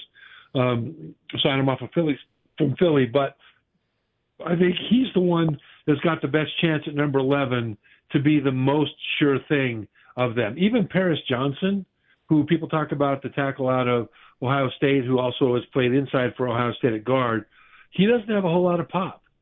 You know, he's very smooth, very fluid, but he's not the kind of guy that fires out the ball and shocks defender and drives them on out of there. So do you want an offensive lineman that would more catch than pop to be your pick at number 11, right? Mm-hmm. And so of those, I like Broderick Jones the best. But again, it's kind of weird now that they've got a guy that they think will be able to play left tackle for him. Broderick Jones, they may not want to, after 1 full year as a starter at tackle at Georgia, they may not want to move him inside. And so they still have a massive hole at guard, center, guard. And so it'll be interesting. Now, the good news about that is that in the second and third rounds, there are some really good choices of guys that should be able to come in and really help them inside. But the question is, at number 11, which of those guys do I like the best? There's no doubt that Broderick Jones is the guy I like the best. What do you make of the Quentin Johnston and Zay Flowers visits? I think those are 2 potentially really good players. And if they take one of those guys at 11, I think that's too high. But it depends on how they have them graded. Here's how I have them graded. I think Quentin Johnston out of TCU is a tall guy. He's 6'3", he's about 208, something like that. Really good at tracking the ball down the field. Great catch radius. In a lot of ways, he's very similar to Treylon Burks, the guy they drafted in the first round last year. But if Burks picks it up this year and Quentin Johnston doesn't drop the ball like he did a few times last year for TCU, you've got 2 tall physical receivers that'll create a matchup problem for defenses. Zay Flowers is the opposite kind of guy. He's 5'9", about 180 pounds, really fast, just really fast, very explosive. He's got short arms. His hands aren't real big. You know, he's not terribly physical necessarily. And so he's not perfect either. But of those 2, the guy I would take is Zay Flowers, receiver out of Boston College, first because he is different from Treylon Burks because of his size and what he does, and because he's so good after the catch. I mean, he is so good at turning a short completion into a long play. And so if you're asking me at 11, which receiver would they take between those 2, I think Flowers has the best opportunity, the best probability of giving them playmaking right from the beginning. Last one for you. Trevor Matich is our guest. I watched all 3 quarterbacks, Hooker, Levis, and Richardson, against Georgia. I thought I would come out of that just because it's college football with Hooker 1, Levis 2, Richardson 3, and it was actually the opposite. It was Richardson 1, Levis 2. I think those guys both gave their team a chance. Like, they put their team back in the game. And I thought Hooker was horrible against Georgia, which I think is the most NFL-like defense those guys will face. How much weight should we put into something like that? That is and by the way, C.J. Stroud had his best game against Georgia. Sure. The thing about Hooker against Georgia is that it exposed one of his weaknesses, and that is that he's not terribly awesome at avoiding pressure in the pocket, right? He can run, he can stride it out, but in the pocket, he's not real quick, he's not real shifty, and Georgia was able to bother him. And when they did, it bothered his accuracy. And so that's one thing that teams will have to decide. I mean, we've talked a lot about how Hooker has a lot of attributes that would make him a really good NFL quarterback. The biggest thing that people say is a weakness that I think is a weakness was exposed in that Georgia game, and that is negotiating a pocket that's breaking down around you, and Georgia did that to him. Trevor Maddich, as always, is presented by Houston Clinic Orthopedics, when experience matters. The draft is next week. Trevor, great stuff. We'll talk soon. Thanks, Sharon. Yep, Trevor Maddich joining us on the program. So let's just say, right now, I was either the general manager or the owner of the Titans. I'm calling a meeting right now with all of the news that we've heard, and I am asking one very important question. We'll get to that next. Stillman and Company right here, 102.5, 106.3 The Game. Every day we are live and local. Are you going to pay $20.2 million for someone who's struggling this much to stay healthy? And your source for Nashville sports. The players got to play better, and they're the ones actually out on the court, and they got to execute. We are Nashville's best sports talk, 102.5 and 106.3 The Game and the Game Nashville app. ElectronicExpress.com. We make it happen. Genesis Diamonds' once-a-year spring store-wide sale is here this weekend. 3 days of phenomenal savings across the board. You save up to 35% off Genesis' already guaranteed best prices. Rings, earrings, bracelets, bands, and more. Plus special financing. You can even trade in your old jewelry for some amazing new designs from our world-class designers who flew in just for this. Extra savings on GIA-certified diamonds as well as lab-grown diamonds. It's our biggest sale all year. This Friday through Sunday only. And only at Genesis Diamonds and Luxury Pre-Owned Rolex. Green Hills and Cool Springs. See store for details. Cards issued by Sutton Bank and Celtic Bank, members FDIC. Terms and conditions apply. What if you could do business without busy work? With Ramp, you can. Ramp is the future of finance with smart automation, corporate cards, and spend management. Just imagine, no more expense reports or shuffling wrinkled receipts. No more slogging through invoices or getting surprised by unexpected charges. Just your business's big idea with smart spend controls, automation that crushes busy work, and real-time insights so you can make it happen. In other words, Ramp completely reimagined finance to make it work for your business. Get set up, issue corporate cards, and start making payments in less than 15 minutes. See how Ramp does finance. Join today and get $250 just for signing up. Just go to ramp.com/sports. That's ramp.com/sports to get $250 for signing up. That's ramp.com/sports. This is Jim Mitchell at Mr. Transmission in Madison. Many of you care about a cure for cystic fibrosis. I care a lot and support the Saturday, May 6th golf tournament at Hendersonville's beautiful Country Hill Golf Course. It's the CureForOurFriends.org 9th annual golf tournament for cystic fibrosis. Tee off at 7:30 a.m. and 1 p.m. on May the 6th. Lots of prizes and sports stars, lunch and dinner provided for each tee time. Sign up at CureForOurFriends.org. That's CureForOurFriends.org. Your Game Center update. This update is brought to you by the law offices of Amanda J. Gentry. The NFL draft silly season is starting to ramp up. The latest info from ESPN's Adam Schefter involves the Houston Texans with the second overall pick. It's been assumed Houston will take quarterback. Here's Schefter on the latest. What if the run on quarterbacks gets a little bit delayed? What if it's a little bit later to start than people thought? We've been hearing about quarterbacks going 1, 2, 3, 4. That's not going to happen, I don't believe, in this draft. NFL teams continue to make moves. According to reports, the Pittsburgh Steelers are finalizing a trade with the LA Rams for wide receiver Allen Robinson. And Buffalo Bills general manager Brandon Beane announced today that safety Damar Hamlin has been medically cleared for football activities. The Stanley Cup playoffs began with some excitement last night, with the Minnesota Wild and LA Kings both winning their games in overtime. The remaining 4 series will begin tonight. The Nashville Sounds are back in action tonight, taking on Jacksonville. Coverage begins at 5:50 on your home of the Sounds, 94.9 The Fan. This update is brought to you by the law offices of Amanda J. Gentry. I'm Ian Safar for 102.5 and 106.3 The Game. For more, follow us on Twitter at 1025 The Game or visit thegamenashville.com. Live from the Hiller Plumbing, Heating, Cooling, and Electrical Studios. WPRT-FM Pegram, WPUC HD2 Laverne. Nashville's exclusive home for the Nashville Predators. 1025 and 106.3. A gutty performance. Do your job. And the Tigers regain the lead. The Game. A Cromwell Media Station. where you have a voice. He had a competent coaching staff. You just play terrible and you keep playing. And we have strong opinions. What a whiny freaking crybaby response.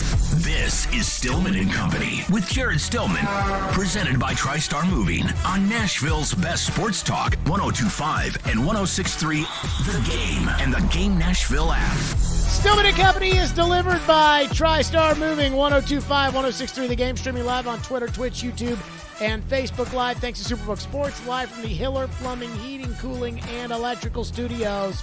So we are 1 week and 2 days away from the NFL Draft. And now lying season has fully blossomed in front of us.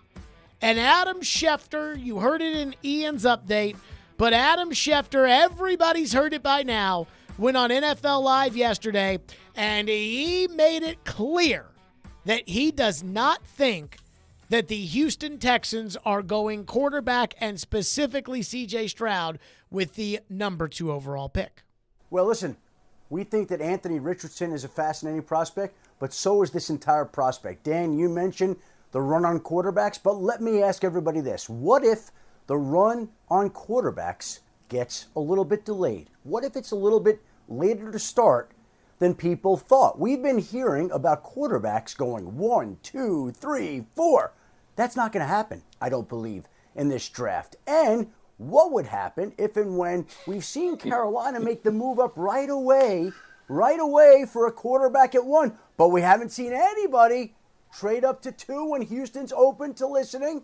We haven't seen anybody trade up to number 3 because you know what? I think Indianapolis thinks there's a real chance right now that they could sit right where they are at 4 and get potentially the second quarterback in this draft. There's a chance we might not see a quarterback go at 2 or even 3, and there might not be a team that trades up because the value in that isn't what we thought it would be. So Indianapolis may be sitting there with its pick in the litter, Anthony Richardson or Will Levis or C.J. Stroud. That could happen. That's a possibility right now. First of all, Marcus Spears, please shut up. Secondly, Nick Caserio, actually, I didn't even know Schefter said that until yesterday after the show, and Corey Curtis texted me and was like, I think Adam Schefter is high. And I said, what are you talking about? And then he told me Schefter said that. So then Nick Caserio yesterday, the general manager of the Texans, at his pre-draft press conference, asked about the number 2 pick and maybe trading the pick. Here's what he said. I think our job and responsibility is to listen, not rule anything out. And I think whatever the end result is come Thursday, we'll be prepared to go either way. So if you want to quote me, are we open for business? I'd say we're open to listening. Okay. I am telling you, he did not think that up on the spot. He knew when he walked to that podium, he was going to say, we're not open for business, but we're open for listening. Now, if I owned the Titans and I heard all of this, and my guess is Amy Adams Strunk knows what Nick Caserio said. She knows what Adam Schefter has been hinting at. If I owned the Titans, I would have gone in at 2 o'clock today at St. Thomas Sports Park, and I would have called in Mike Vrabel, and I would have called in Rand Carthon, and I would have called in Tim Kelly, and I would have called in Ryan Cowden, and I would have called in all of the heads of state. And I would have said one question to them. Do we buy this? Do we buy that Houston may not draft C.J. Stroud with the second overall pick? And I would want to know, what does Rand Carthon think about that? What does Mike Vrabel think about that? Do they think this is bullcrap season, and that's exactly what that is? Or do they think, the Texans think these quarterbacks stink, or David Mulligetta, the agent, who was Deshaun's agent, who's CJ's agent, they don't want to deal with, so they're probably going to go Will Anderson. Then I'd sit around the room and I'd say, okay, now here's my second question. What does this mean for us? So let's start with the do you buy this? Do we buy this group? And I don't have a group of advisors. I'm not paying people millions of dollars to be able to tell me if they buy it or not. Now, Trevor, earlier, he does not. But Trevor's more like a scout. He'll tell you more about how good the college guys are, not what the NFL guys are thinking or doing.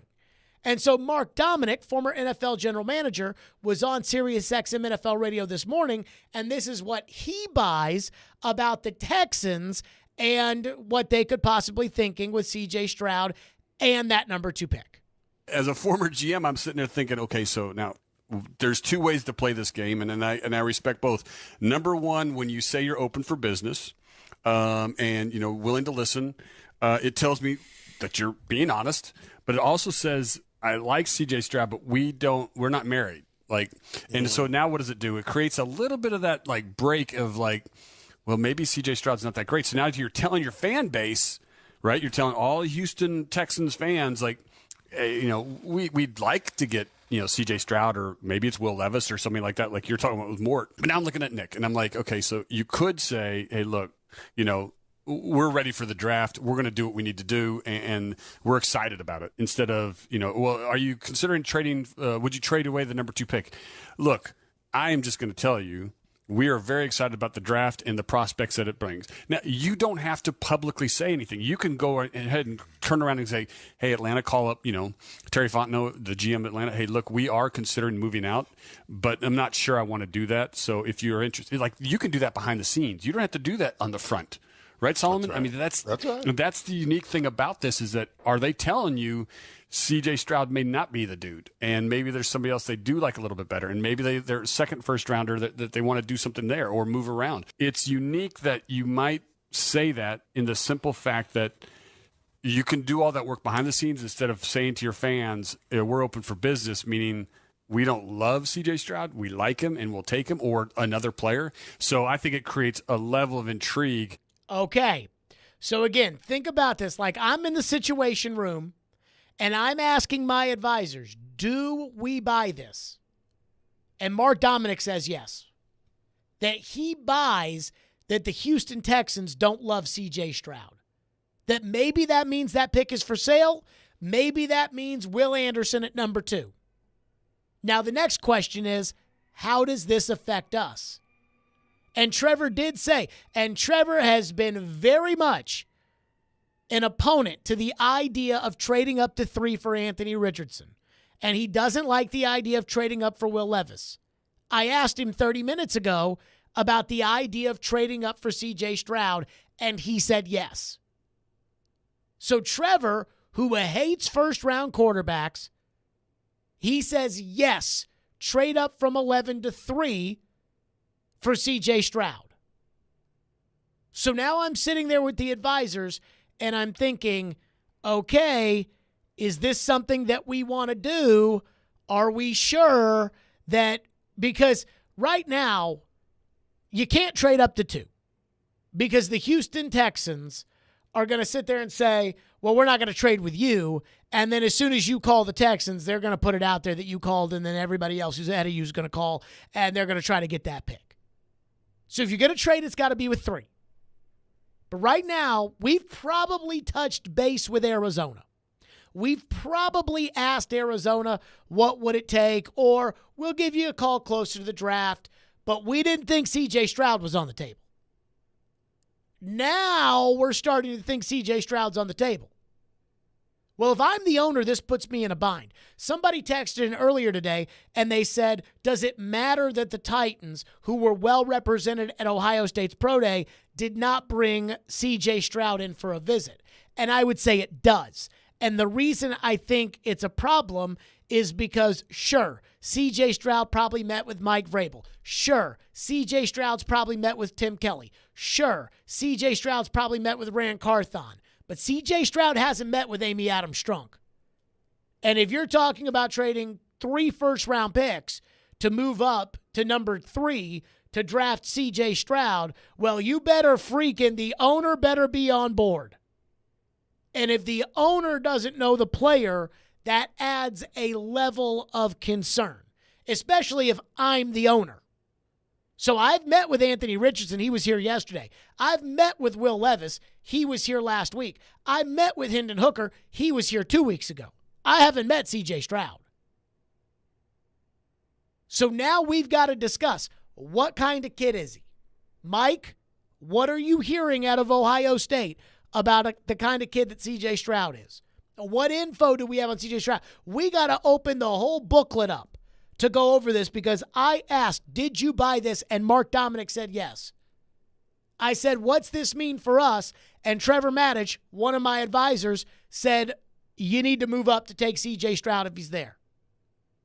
Well, now we got to start doing it. Now we've got to decide. And there's one other element to this with the Titans that involves yesterday that brings some immediacy to what they should or shouldn't do.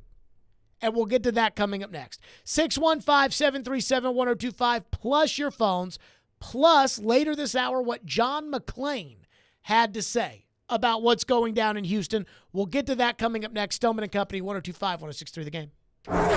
We are your home for every big pass. Kevin Harvick takes over the race lead.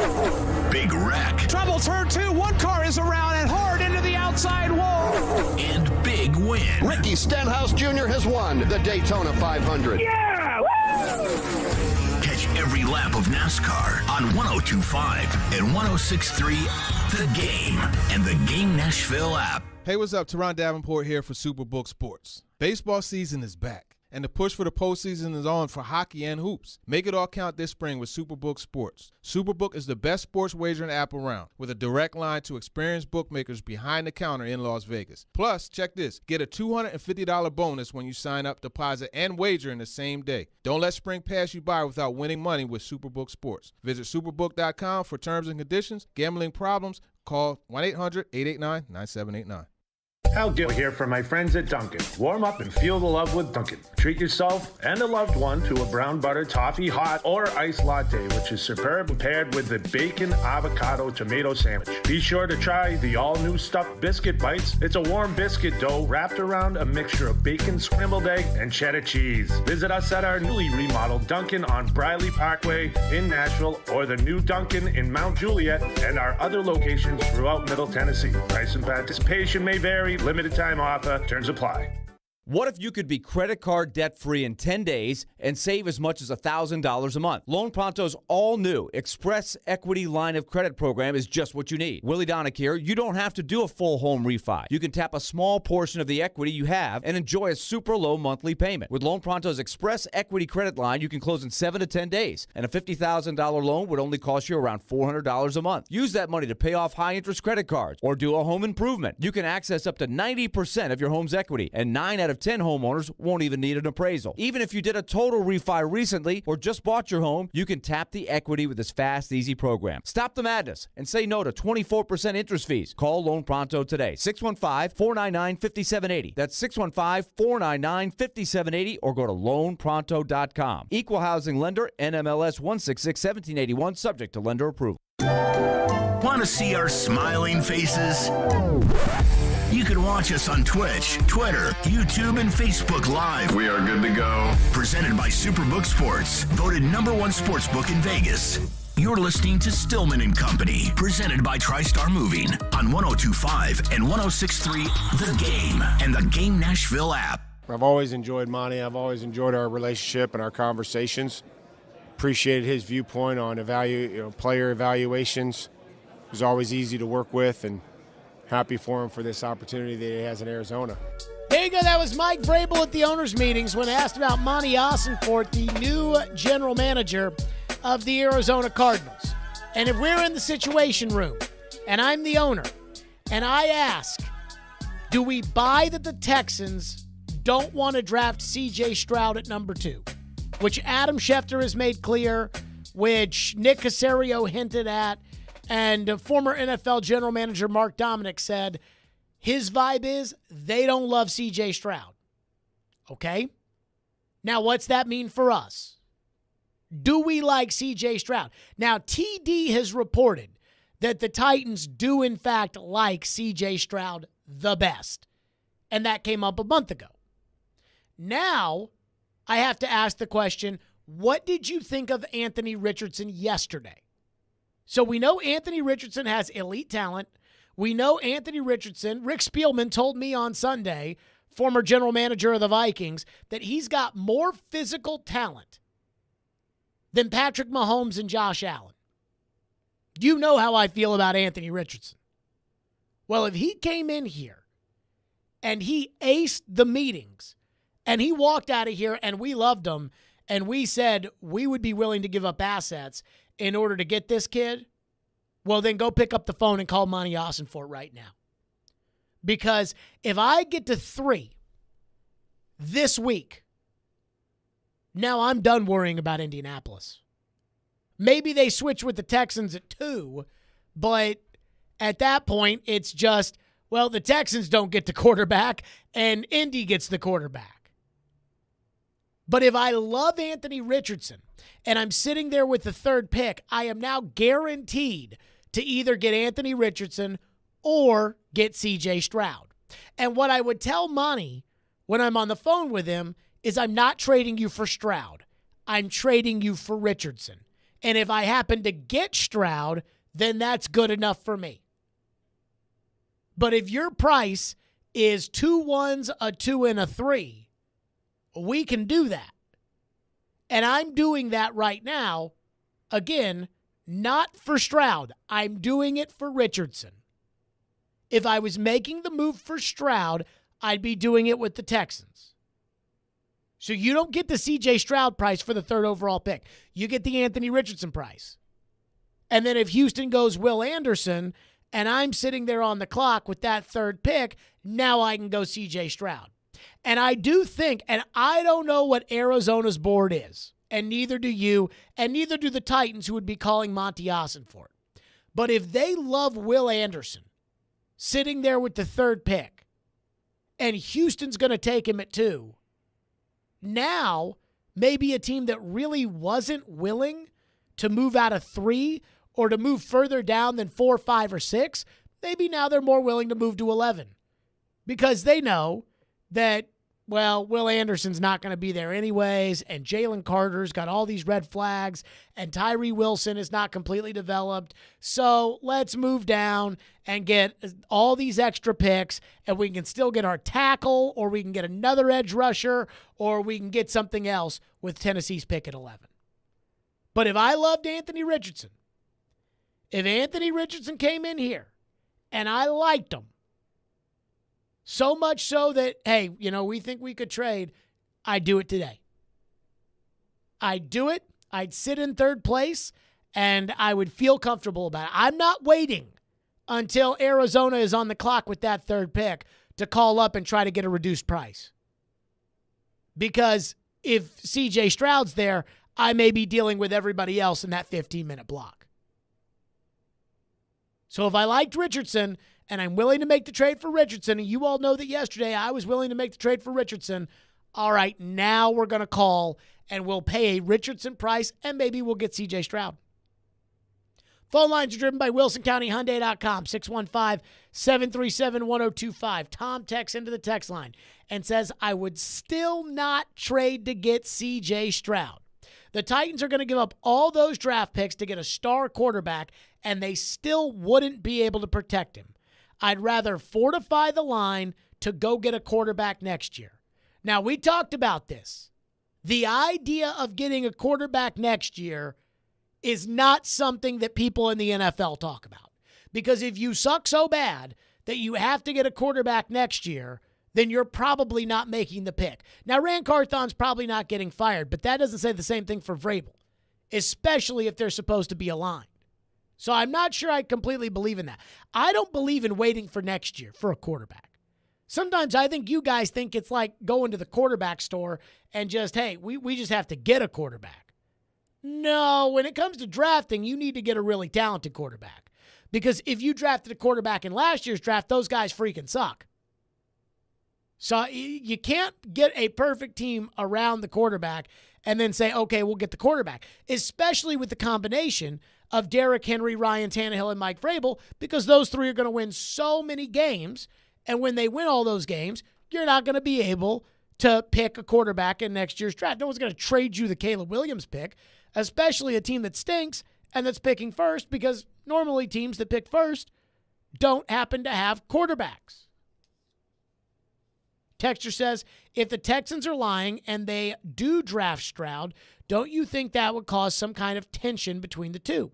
Especially knowing now that there might be some type of off-field problems. I don't think so. I think if the Texans are lying and they still end up taking C.J. Stroud, they'll say, hey, this was all about smoke screens in the draft, and we didn't want anybody to know, and we didn't want Carolina to get excited. And those rookie contracts, I know we talk about how there's that rookie pay scale, and so you're not signing the Jalen Hurts $51 million a year contract right off the jump. But at the same time, that second overall pick, that's a lot of money. And so once C.J. Stroud gets that money in front of him, I think he'll be very happy to be going to the Houston Texans. You got that shocked look on your face. No, just thinking through everything. Okay, do you buy this? Do you buy that the Texans don't like Stroud? I mean, I guess I could buy it.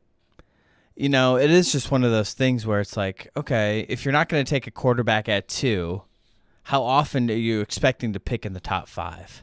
Sure. You know, like, although they pick in the top 5, it feels like every year. That's true if you're Houston. But I mean, if you're Caserio, are they going to let you pick in the top 5 or again? And if you have a new coach coming in, I guess he has a little bit of a leeway here.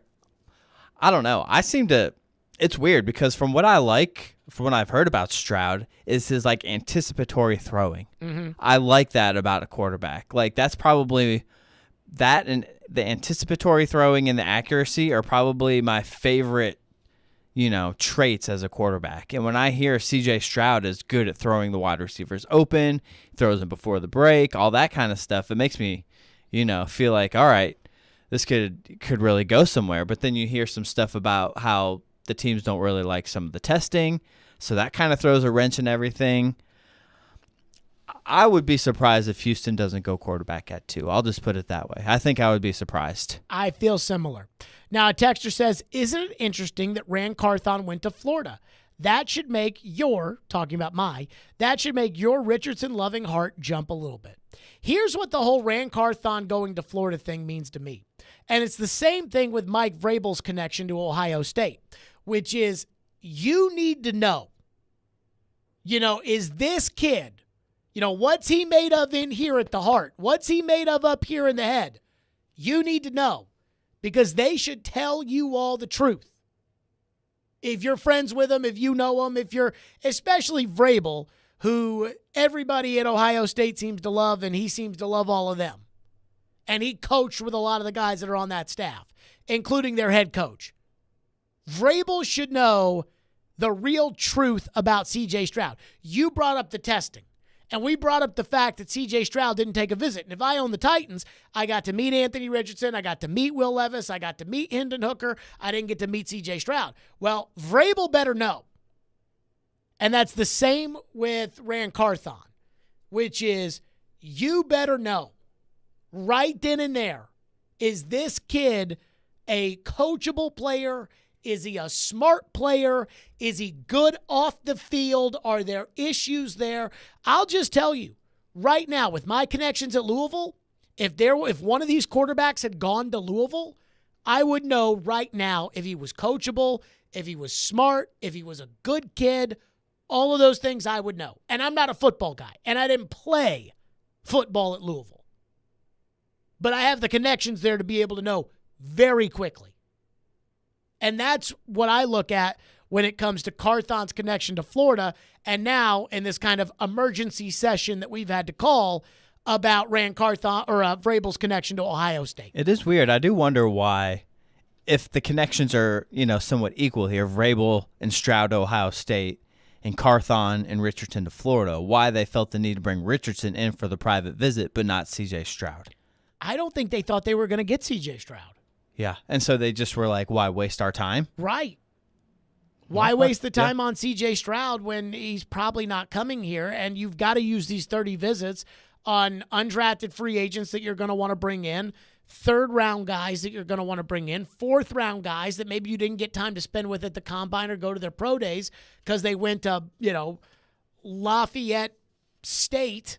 That's what I view that as. Mm-hmm. I guess that makes sense considering if they don't really want to pay the price to move up that far to get C.J. Stroud, or they just thought Houston would be, non-starter considering they're in the division to even negotiate for a deal. More of your phones on this, plus what John McClain is saying about these rumors that are coming out of Houston. What does the general believe? What does he not? We'll get to that next. Stillman and Company right here, 102.5, 106.3 The Game. The NFL offseason is in full swing, but you'll never miss any of the big news. Thanks to Yahoo's Charles Robinson. They know that there's a chance that they're going to have to deal this guy. He's one of the best insiders there is. All of a sudden, he becomes a functional player who we thought was just trash. Join Charles Robinson every Thursday morning at 8 on Robby and Rex Road, presented by the NFL Alumni Association on 102.5 and 106.3 The Game and the Game Nashville app. It's time for another Kubota field event at Coleman Tractor of White House. Their biggest sale event of the year will take place in White House on Saturday, April 22nd. Don't miss this perfect opportunity to demo Kubota tractors, zero-turn mowers, and more. Take advantage of Kubota's competitive financing offers. Receive a coupon for up to $250 off select purchases. Plus, enter to win prizes and free barbecue lunch from 11 to 1. Try it and buy it during the Kubota field event Saturday, April 22nd from 9 to 2 p.m. at Coleman Tractor of White House at 3613 Highway 31 West. The designer jewelry event of the year is this weekend at Genesis Diamonds. See all new creations from the world's biggest names in jewelry. Store-wide savings up to 35% and zero-interest financing. Top designers are here with their newest creations: rings, earrings, pendants, bands, bracelets, many being shown for the first time. Extra savings on GIA-certified diamonds as well as lab-grown diamonds, too. Don't miss this once-a-year spring store-wide sale Friday through Sunday only at Genesis Diamonds and luxury pre-owned Rolexes. Green Hills and Cool Springs. See store for details.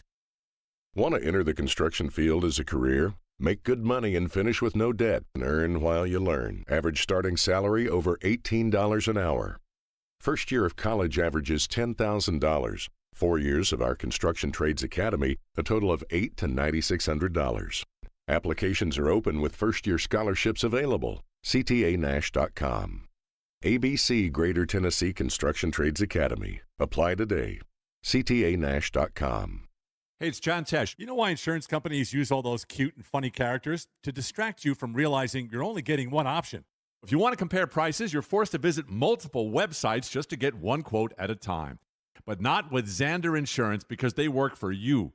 Zander is a broker that shops dozens of top companies to find the best competitive rates for the coverage you need, and they keep reviewing your policy every year to make sure you're getting the best value.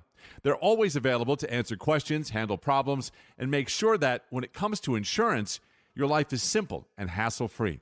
You even have direct access to their senior management team. If your current company or agent doesn't do this much for you, let Zander Insurance help. Compare rates online at Zander.com or call 800-356-1780 for that personal touch. When Zander works for you, you're going to see the difference. Again, that's 800-356-1780, or you can visit Zander.com with no characters needed. April was a busy hiring month for Cromwell Media, the owner of this radio station. We're saluting 3 teammates for 8 years of service: Cliff McCardle, our promotions director, and Jared Stillman and Ian Safar on 102.5, 106.3 The Game. Janet Gers in our business office passes the 6-year mark. And Junnie Riddle in promotions and Lance Mackey in sales are celebrating 2 years with us. These folks are making a difference every day. Come join our amazing team. Send us your resume at together@cromwellmedia.com. That's together@cromwellmedia.com. When you want live and local. If they were just better at the offensive line. You can be a contender in the AFC again. They've had more winning seasons than not. 102.5 and 106.3 The Game has you covered. Looking for some national programming? Why do I want to get a running back like that 5 more years? The AFC now is so deep at quarterback. Check out 94.9 The Fan. Nashville's home for all things sports is 102.5 and 106.3 The Game and 94.9 The Fan. Hey, this is John Hines, and you're listening to Nashville's best sports talk, ESPN 102.5 The Game. again, I may be overthinking it because that's what your job was to do as a GM. Is like, okay, what does this all actually mean? Like, what's he saying? Like, that's right. Yeah, and so in this situation, I'm like, well, I think he means, that they're not enamored with the number 2 pick selection, and it may not be the guy that we all think it's going to be, and that's going to open up an interesting can of worms for every club because now you've basically said, we'll take a player, but if somebody offers us enough, we're happy to move out of it. And if you really loved a quarterback, you'd do what Carolina did and say, look, I don't care, we're going to get him. And instead, this sounds more like I'm willing to stay, but I'm happy to go, and that's a different story that you're telling everybody about these quarterbacks. There you go. That was Mark Dominic on NFL Radio, former NFL GM, saying, I think these comments from the Texans, I don't think they love C.J. Stroud. So sometimes you got to go to the authority. And that's exactly what I decided we were going to do. All this smoke surrounding the Houston Texans. Again, I'm trying to figure out what's real. I'm trying to figure out what's not. And so here we are right now. Who would know the truth about the Houston Texans? The General John McClain. And John McClain was on Hot Mic with Hutton and Withrow, which comes on 94.9 every day. And he was asked about all the bull crap coming out of Houston. Here is what John McClain said the situation is. Why are we beginning to hear that the Texans may pass on quarterback at number 2? I think it's been out there for a while that they've soured on C.J. Stroud at number 2. Their second biggest need is an edge rusher. D'Amico Ryans, former defensive coordinator, would love to have a guy like Will Anderson Jr. They also like Texas Tech's Tyree Wilson at that spot. The people here can't imagine that they would go into the season with Davis Mills as the starter, Case Keenum as the backup. So I noticed the betting odds have jumped up to Will Anderson Jr. and Will Levis. First time I've ever heard Levis's name mentioned in connection with the Texans. If they want him, they've certainly done a great job to keep it quiet. And Caserio admitted a couple teams have called him about trading up. We said if the price is right, he'll certainly consider it. But in my last mock draft for GallerySports.com, I had them taking Will Anderson Jr. and then Hendon Hooker with the 12th pick. I do love how every time John McClain talks about the website he writes for now, GallerySports.com, every time he always says, and I wrote this at GallerySports.com every time, which I love. And by the way, John would want you to know there is not a paywall at GallerySports.com where he writes. And so he says they have soured on C.J. Stroud. Now, last week he told us that if Carolina was going to go with Bryce Young, that the Texans were going to take C.J. Stroud. So that means that within the last week, John McClain has figured out, or it's leaked out, or he's been told they're not interested in Stroud. Well, if that's the case, and again, we're sitting in the Situation Room. I own the Titans. It's me and all of my advisors. We've been talking for weeks about Anthony Richardson, Will Levis, and Hendon Hooker, and we haven't said a word, a peep about C.J. Stroud. Well, now that John McClain says the Texans have soured on C.J. Stroud and Arizona's paying Kyler Murray $46 million, I think it's time to set the alarm off. Okay. This is real. John McClain says they've soured on C.J. Stroud with the 2nd overall pick. The 3rd overall pick. We said last week, a former general manager in the NFL told me that if he was Arizona, he would need 11. He would need 41. He would need 2024's first-round pick. And he'd need 2024's third-round pick. So here we are, and we think, according to the betting markets and according to the general himself, John McClain, we think C.J. Stroud might be available with that pick. We know Anthony Richardson will be available with that pick. Do we do it? Do we tell Vrabel right now, pick up the phone, call Monty Ossenfort, and say 11, 41, next year's 1, next year's 3rd, give me number 3. Do you do it? Ian, are you doing it? I don't know, man. I guess if you're really into it and if you really like the guy and you're at 11 and you're close enough to have the firepower to make it up there, I guess you could go for it. Well, I'm going to tell you, Monty's going to want more than that. Mm-hmm. Like, Monty's going to say, we'll do that, but I also want, I also want your extra second or something. Right, your second next year. I want something else.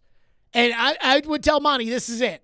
11, 41, next year's 1st, and next year's 3rd. That's it. I mean, I would like that in theory. Part of me is worried about the lack of infrastructure around the quarterback on offense. I agree.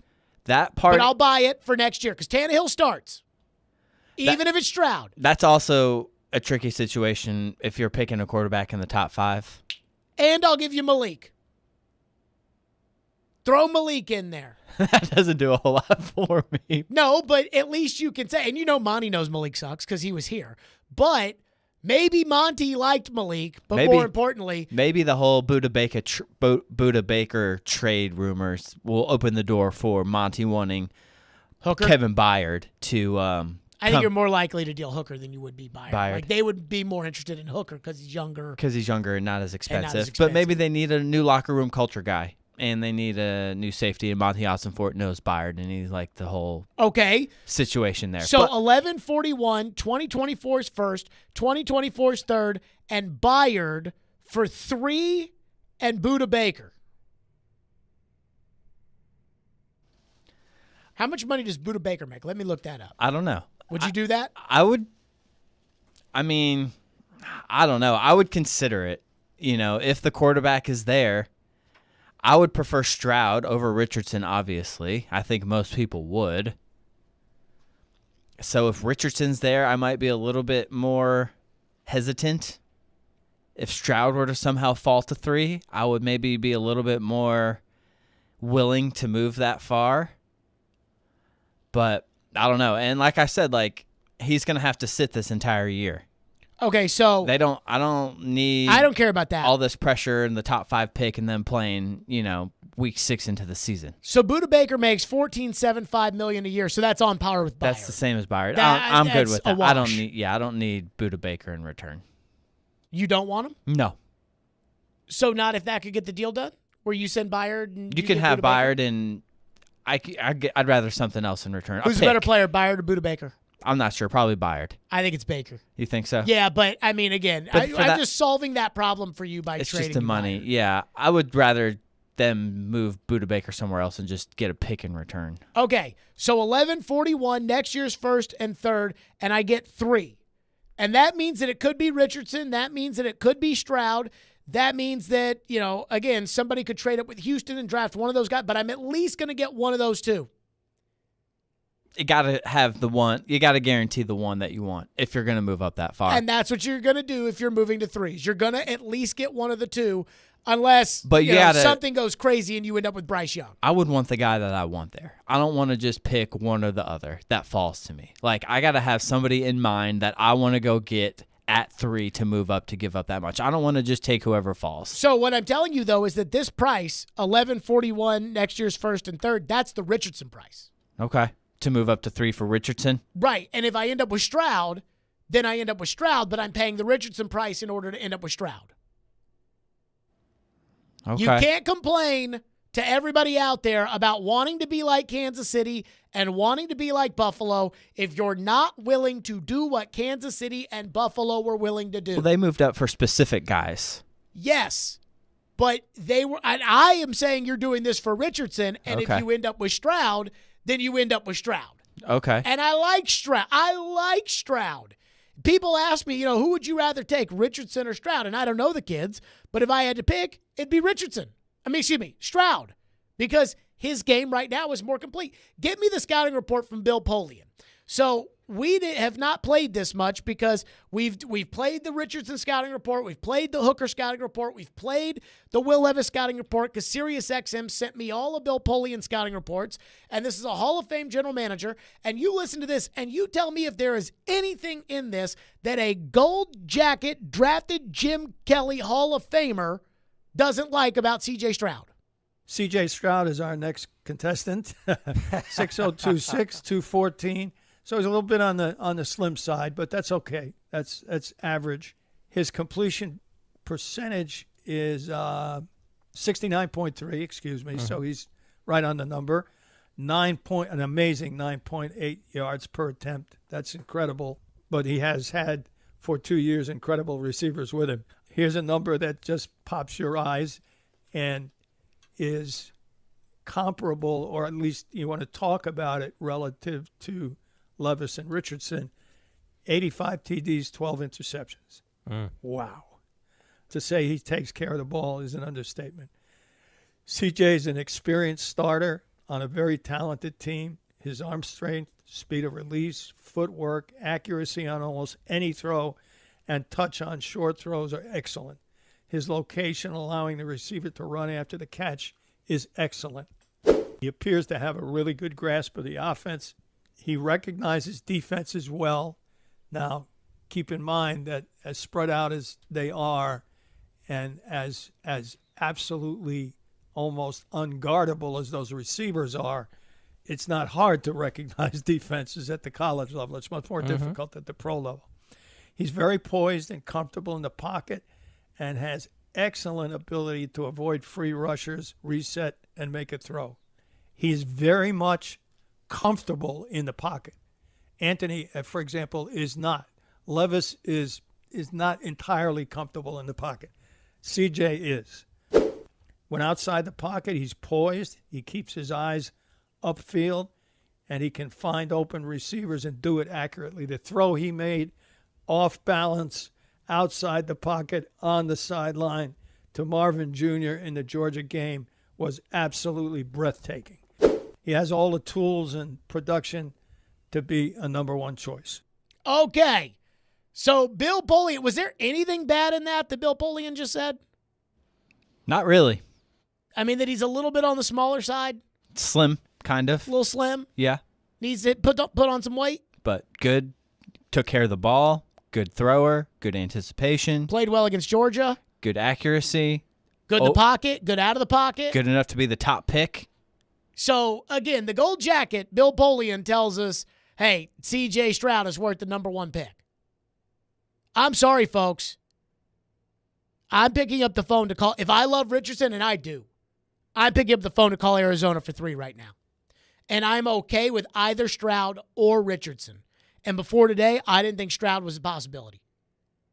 And, again, TD reported on this show that the Titans like C.J. Stroud the best. Can you get up to 3 to get the guy that you like the best? 615-737-1025. We'll get to your phones. 615-737-1025 here on the program. Stillman and Company right here, 102.5, 106.3 The Game. He knows the ins and outs of the Titans and isn't afraid to give his opinion. Traylon Burks needs a massive offseason. He's Jonathan Hutton of Outkick. I don't see how they make a move without going to Ryan Tannehill. Catch him every Monday at 10:30 on Chase and Michelle, and every Wednesday at noon on Caroline, Willie, and D-Mace. Brought to you by Blend Bar with Davidoff Cigars. Hutton is on 102.5 and 106.3 The Game and the Game Nashville app. Some people don't do well under pressure. At Northern Tool and Equipment, we do it best. Whether you're spraying down the shop or getting the winter grime off your house, a Northern Tool pressure washer says you're serious about spring cleaning. From an all-electric power horse to a Honda-powered North Star, we'll help you build your perfect cold or hot water package with all the chemicals, attachments, and everything you need for the job ahead. Northern Tool and Equipment. We're made for this. Come see us in store or shop online at northerntool.com. This is Erykah Badu. Come take a journey with me on a trip of a lifetime. It's the summer concert experience of a lifetime. It's the Unfollow Me Tour with Erykah Badu. Erykah Badu with Racine Bay. July 18th in Bridgestone Arena. Tickets on sale April 20th. Available at Ticketmaster.com. Wait, aren't these all charitable donations? At Magda's Tax Prep, every person I'd rather counts. not have to file for an extension. She needs new auditors to maximize returns on her family time. On itemized deductions. Hey, can someone help with these 1099s? Indeed can help her hire great people fast. I need Indeed. Indeed you do. Our hiring platform instantly connects you with quality candidates whose resumes on Indeed match your job description. Visit Indeed.com/credit and get $75 towards your first sponsored job. Terms and conditions apply. You want a mower that delivers a quality cut and an exceptional ride. You need the Kubota Z200 series with the new K-Ride Comfort System, designed to give you everything you need to glide your way to a perfectly manicured lawn. Visit your local Kubota dealer today. Visit Coleman Tractor Company, your local Kubota dealer in Clarksville, Nashville, Paris, and White House. A show that lives and breathes sports. Focus in, focus in, focus in. From the SEC. Credit to the Alabamas, the Georgias, and the Ohio States of the world. To the Preds. They've been in a lot of really tight games, but they're not winning enough of them. To the Titans. He's talking about what this franchise has built over the years. Caroline, Willie, and D-Mace. What is this? Check it out. Weekdays from 11 to 2 on 102.5 and 106.3 The Game and the Game Nashville app. Strong opinions and a strong personality on your drive home. This is Stillman and Company, presented by TriStar Moving on 102.5 and 106.3 The Game and the Game Nashville app. CJ Stroud, I have no question that everything that we've seen on tape, that's going to translate to him being a very successful quarterback at the next level. And one of the biggest things, it's not just the physical ability of a quarterback, but it's the leadership. Does he put in the work that he needs to put in to be a successful NFL quarterback? You got to be, we talked about Hendon Hooker. And when we talked to some of his receivers, he was the first one in the parking lot at 6:30 in the morning, last one to leave. So a lot of teams right now are having meetings with CJ. They're trying to understand his knowledge. They're talking to all the sources here at the school. Everybody I talked to said he is everything you want in a quarterback, not only on the field, but how he prepares week in and week out. There you go. That was Rick Spielman, former general manager. And I am telling you, that was on CBS. And I am telling you, I trust Spielman. I trust Polian. I don't trust Nick Caserio, the general manager of the Texans. So let me just say this. If John McClain's right, and the Texans have soured on C.J. Stroud, and the Texans are not going to take C.J. Stroud, or they're not going to take Anthony Richardson, or they're not going to take Will Levis, then they're stupid.